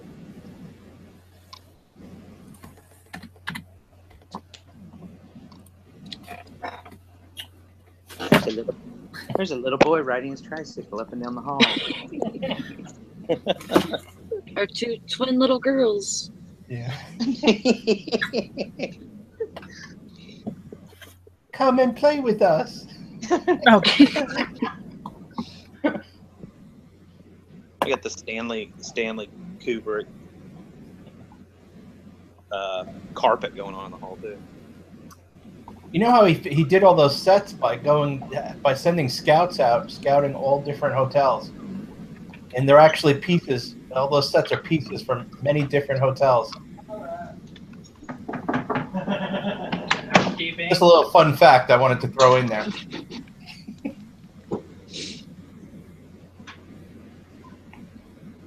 Oh wow. Yeah. Yeah. That's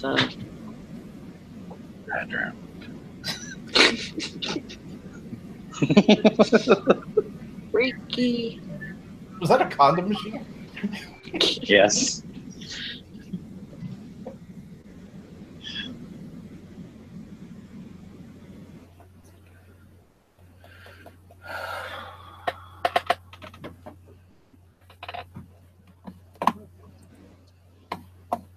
Yeah, that's some nice carpet. I think that's an ice machine, actually. No, I mean Oh. the carpet. Yeah.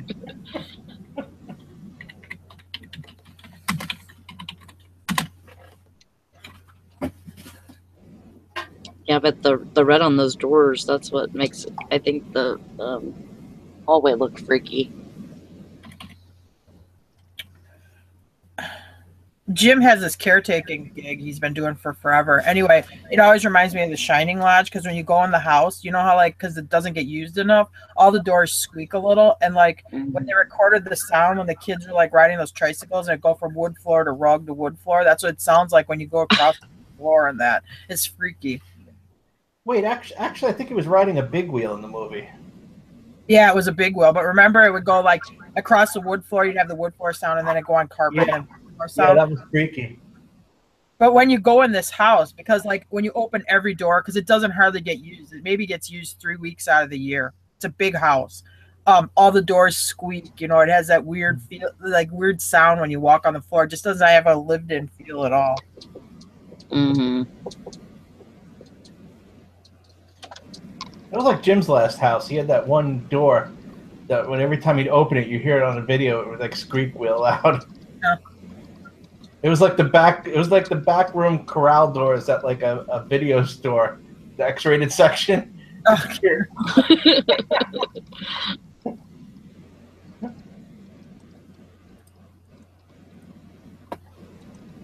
What are you talking about? I don't understand what you're talking about.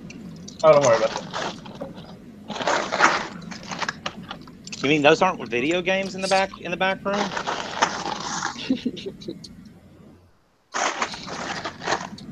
No.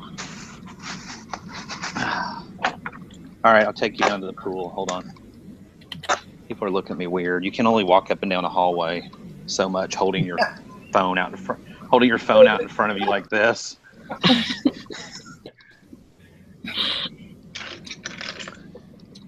All right, I had to fill the cooler up. They don't have mini fridges because the little old lady that owned it didn't want to get bugs in the room or whatever, so they never added microwaves or mini fridges, which is okay because we travel with a cooler anyhow. So they do have coffee pots. Yeah. All right, here we go. Hold on, I'm not forgetting.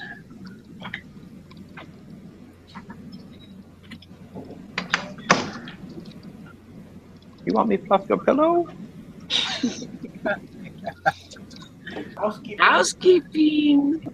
See, I knew I wasn't the only one that remembered that movie.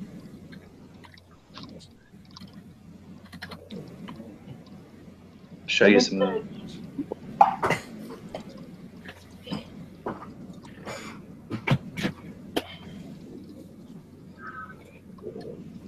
This is what it used to look like, and then it never changed.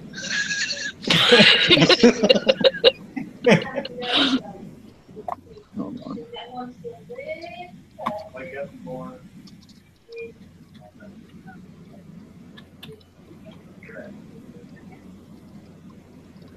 Who's that? That's not. I think that's Truman. Is that Truman? No, that's Johnson. Oh. There's a bunch of people that stayed here. Postmaster General. I don't know. I guess that's the people that owned it. Pistol Pete. Force of One.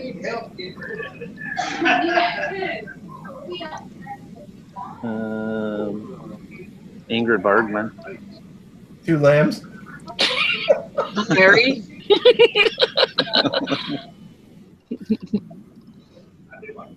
That's way cool. Got a screwdriver? There you go. Liberace. Oh, yeah.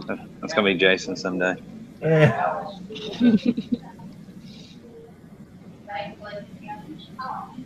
Okay, who's that? Lady Bird Johnson. All these are signed too. Wow. And they only have 2 screws. Tennessee Ernie. Oops. Tennessee Ernie Ford. Brenda Lee. Roy Acuff. That's breakfast.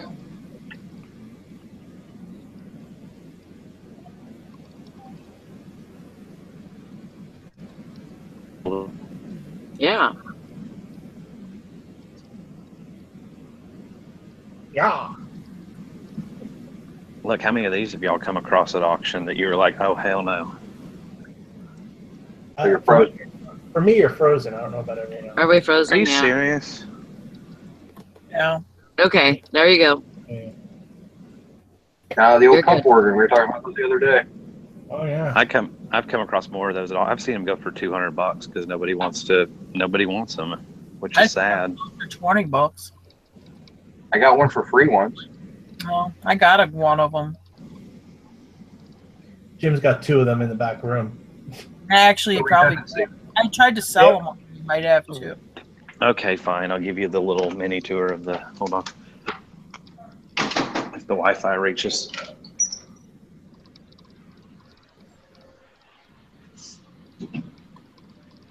Oh, there's Skyler.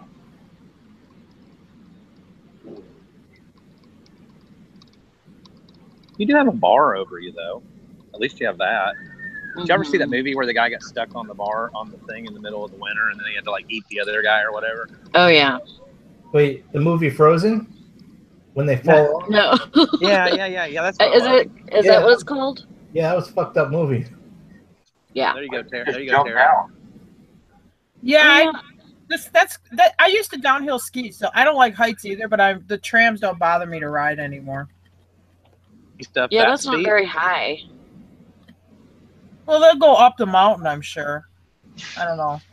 Yeah, you see it does, but I want you to do that Gatlinburg. It has to be the Gatlinburg Mountain roller coaster because I want to know what it's like.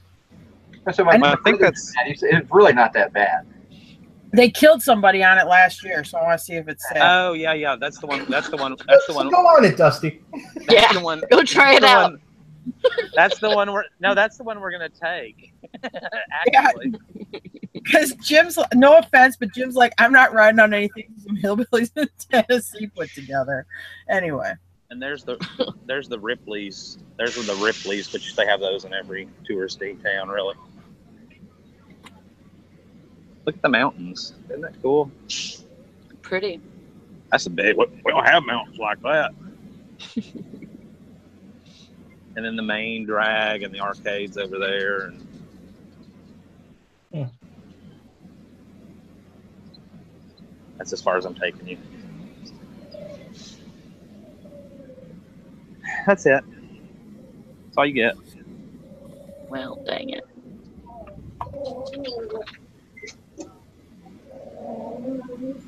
Hey, wait a minute. What's upstairs? Oh, look. What's up there? Pretty. Yes, more rooms. Holy crap. Mm.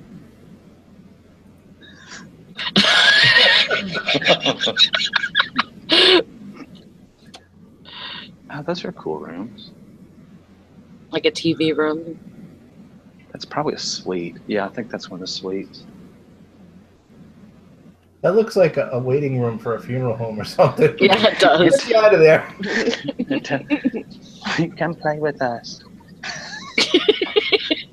They have their own funeral room lobby. What's up here? What the Oh my hell? God, Holy crap. I don't think these are Dusty's ADA. going to the crow's nest. These aren't ADA compliant. Caution, steep stairs. Oh. Good Lord, there's a lot of rooms in this place. Yeah, the music. The shining music. I'd laugh if some little girl in a white dress was just in the hallway. They just hit a wall.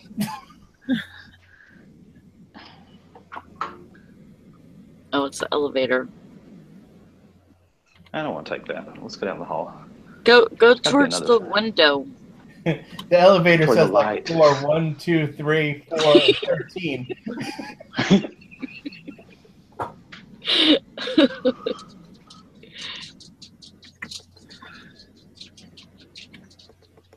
Wow. See the people.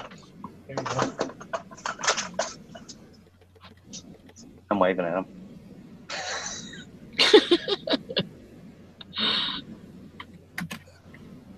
That'd be a great spot for like one of those like flashers. You can't report them till you get up the mountain.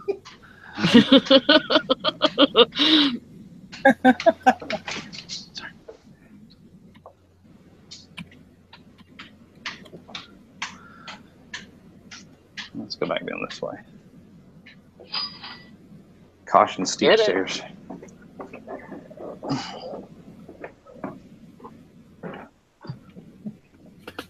It's funny though, if you read the like the TripAdvisor and Yelp reviews, this place doesn't have great reviews. Because it's like stupid stuff. Like somebody was like, the floor was crooked in my room. And I'm like, well, no shit. The place is like 100 years old. It was stupid shit. Like my room was haunted by this. Like, oh, whoa, hey, wait. Jason, check this out. There's no railing. What the hell? Oh, it's one of them. Go in it. It's a door on the ceiling. You know I want to. That's yeah. Go try it. Go try it and see if it opens. Go. No, it's locked. Oh. Damn it. There's got to be a story to that. Now we're in Salem's Lot. That's where the vampires are. There is. There the two little girls are.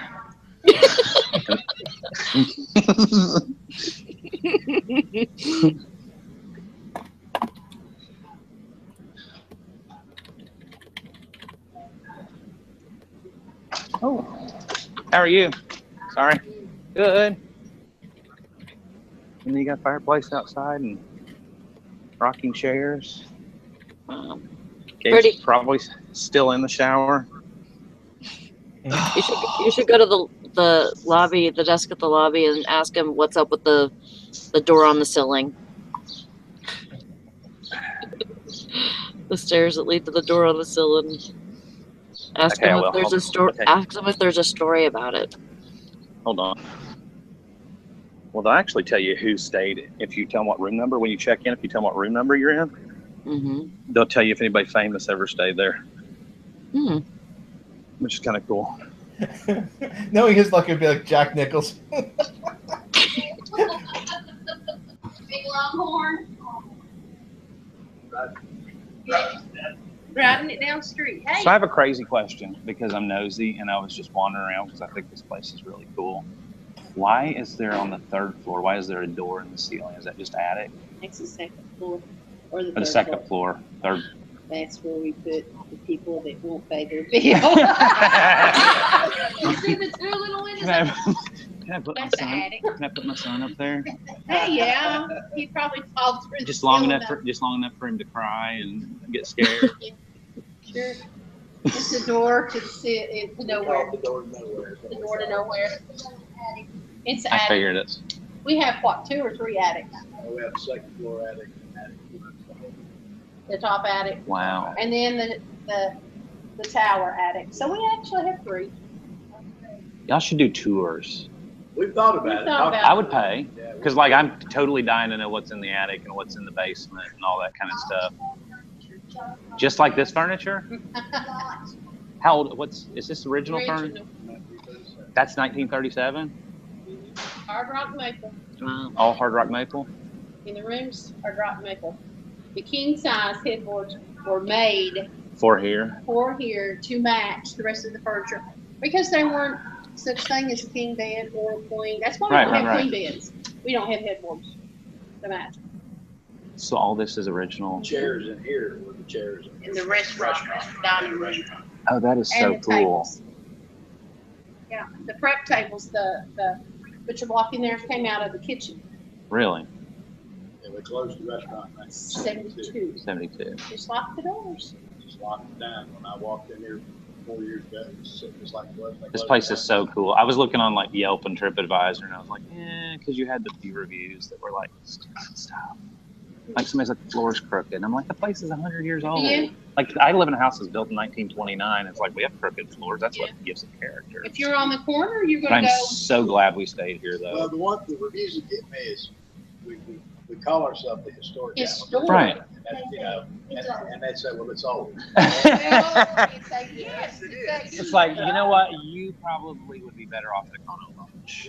Right. The historic Gatlinburg Inn. They should have seen it. They should have seen it when I walked in here 4 years ago. Are you the owner? You're the general manager. Yeah. It is so cool. I'm so glad. We were over toward Memphis, my son and I. And I was like, let's go on a road trip. And he goes, let's go to Nashville. And we live in Huntsville, Alabama. And I'm like, we can go to Nashville anytime. And my wife and I have been to Gatlinburg several times. But I was like, you've never been to Gatlinburg? And he's like, no. So, of course, I'm the Yelp and TripAdvisor guy looking at reviews. And I'm like, okay, where's the coolest place we can stay? And I found this. And I was like, that's it. Yep. See, it's the 50th anniversary of the song Rocket Top, which was written in room Right, I 388. read. Yeah. So. Huh. The first bank in Gatlinburg was one within these walls. City Hall actually used to be here. Really? It's down here. Yeah, still there.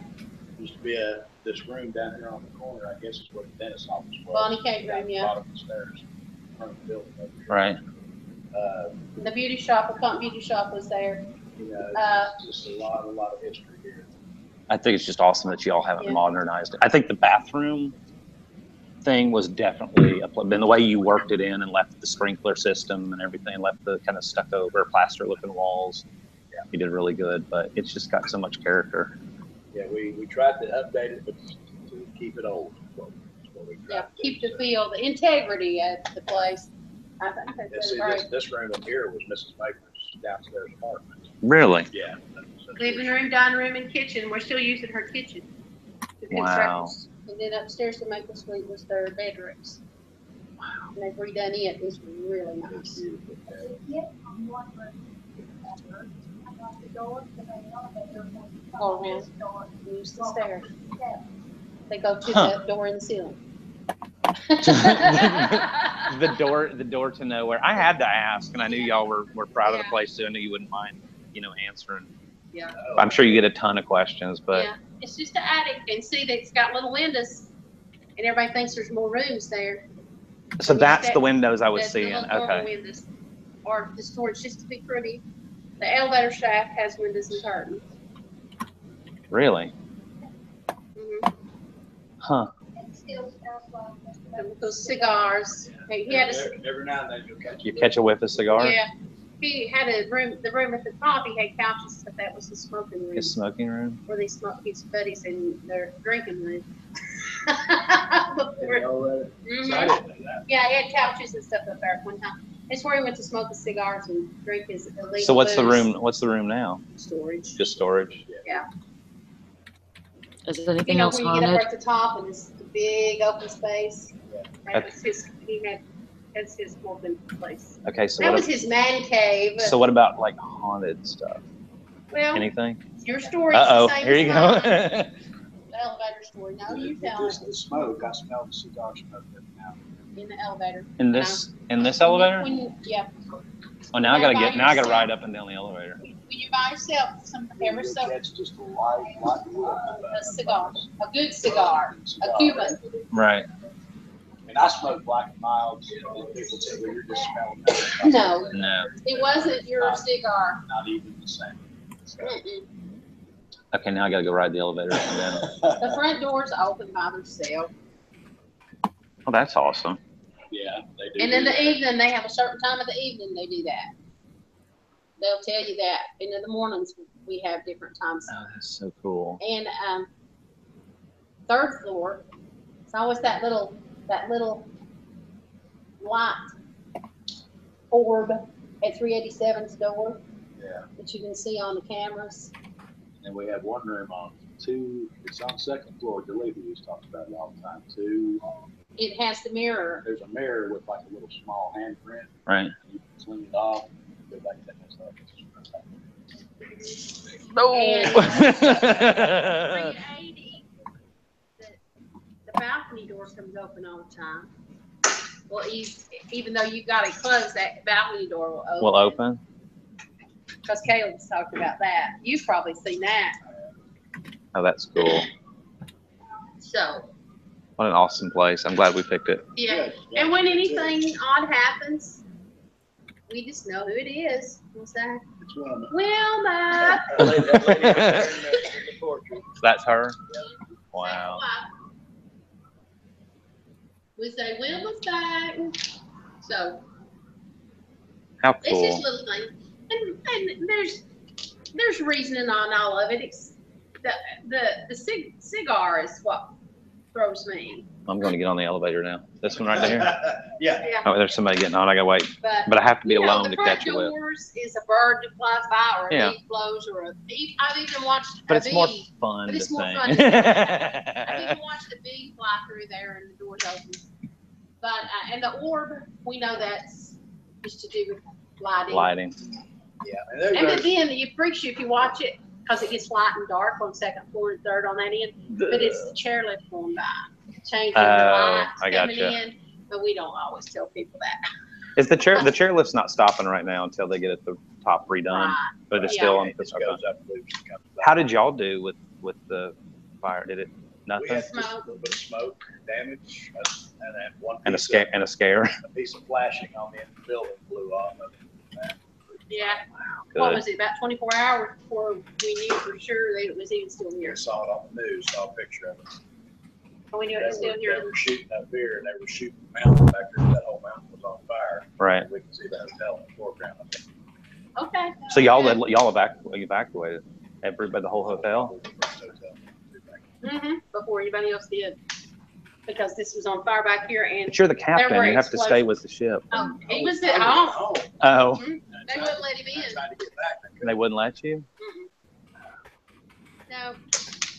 But yeah, when the stuff started exploding up top, it was time to get people out. Well, the guests came in and told them it's on fire. They didn't even know it was on fire. They were two working that night. Wow. And they walked outside, and then about that time, do they do any coupons for the lift? No. I don't think they've ever done any for the lift. No, they've actually dropped their prices back because of not stopping. Yeah. Well, it's 14. They went back up. Really? I saw it was 12, and then it was 16, and then it was 14 or something. Yeah. I don't know. We're probably gonna do it anyhow. My son's never done it. Yeah. And he doesn't want to do it, so. Get up and look back and start coming back to the rest of it. I rode it one time. Bike helmet. How the damage was. All right, can I finish it? All right. I rode it one time. I did it one time years ago, but I vaguely remember it. My son's never done it, so. Well, yeah, cool. Just get out and explore and walk around. And that's the other reason I wanted to stay here, because it's within walking distance and I don't do traffic. Unfortunately, he found something on down the road he wanted to do, so I may have to drive to. Did you, Forrest? If you're going to do it, you need to do it today. The Alcatraz, the crime museum or whatever it is. If you're going to do it today, be the day to do it. Before traffic gets too bad, get back in here by 2. Okay. All right, I'm going to do it, or wait until you're on your way home to do it. If you're going back that way. I think we probably will go that way. We live in Huntsville, so yeah, we'll have to go that way. 40 and take 75 south. Yep. Okay. Yeah. Thank you for entertaining my questions. No problem. Thanks. How are you doing today? Okay, I gotta go get on the elevator.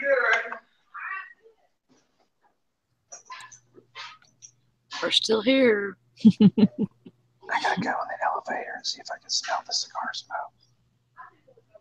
Yeah. Did you hear all that? Yeah. That was really that's neat. Hold on. Oh, basement. Oh, come on. It says moored.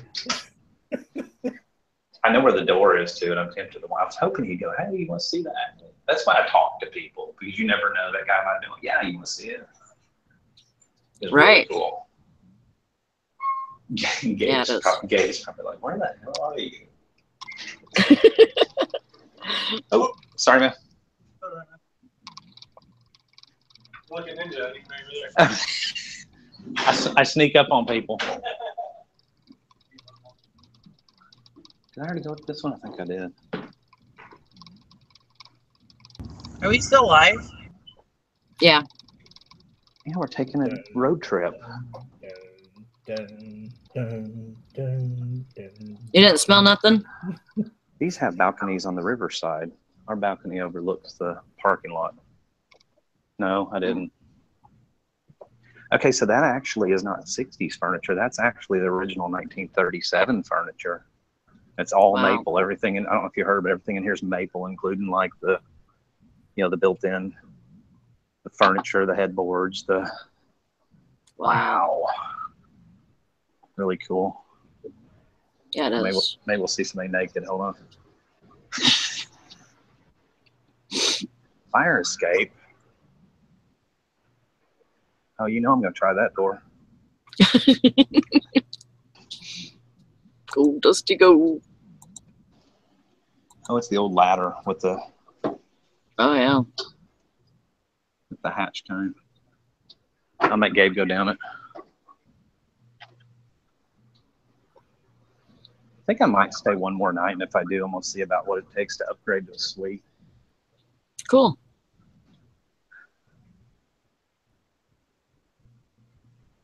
Wow.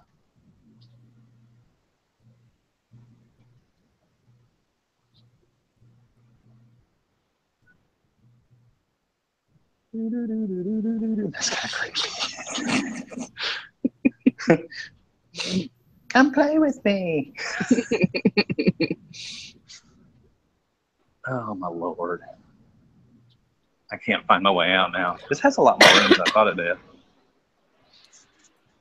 Hank Allen Cash says, I am so hooked on this virtual road trip, I haven't even been to the post office yet.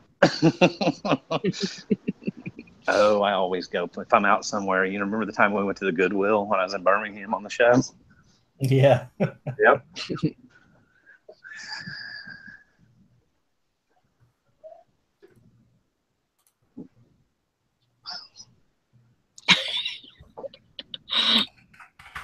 I did forget my toothbrush, so I had to go to the front desk and get a toothbrush.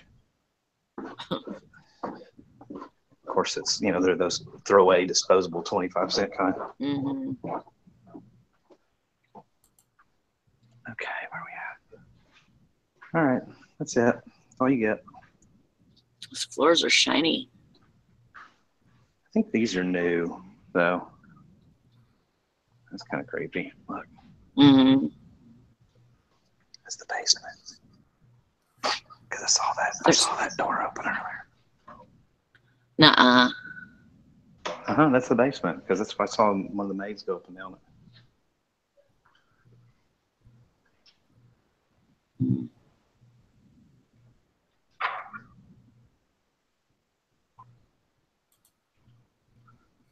Ooh, somebody look that up. 1970. As somebody's mounted on board, though.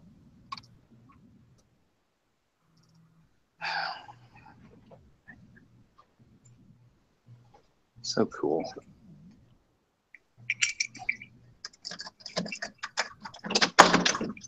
Housekeeping. You want me to fluff your pillow?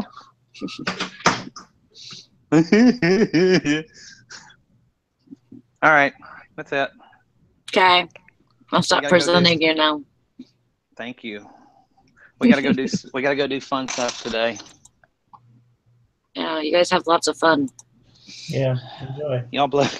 Y'all blow lots of money. What that equates to. It's not cheap. I mean, it's a very. Look at Gabe's walking stick he got too. He got this for 5,000 points. He got that for 5,000 points. That's awesome. I know, and we still have 9,000 points left, and like $80 worth of tokens. So I think we're gonna do that tonight. He loved the Chinese so much because it really was like authentic Chinese. It wasn't over flavored or whatever. You know, it was just rice, very few but authentic Chinese seasonings. And he's like, "Can we eat Chinese again?" I'm like, "Sure." Yeah, having Chinese again. Awesome. How ready are you, Leroy? Okay. Are you gonna eat them donuts? I don't want them. You gonna eat that cornbread? Okay, somebody else talk now. I'm done. Okay, actually, I'm gonna shut it down because I gotta go to bed. Yeah, I gotta get to work. Yep. Thanks for the tour, Dusty. Going through Wisconsin. I didn't mean to just leave. Thanks for going with me. Are we still live? Thanks for the tour. Yep, we're still live. I'm shutting her down right now. See you guys Monday. Peace. Have a great weekend. Lots of cha-chings. Bye-bye.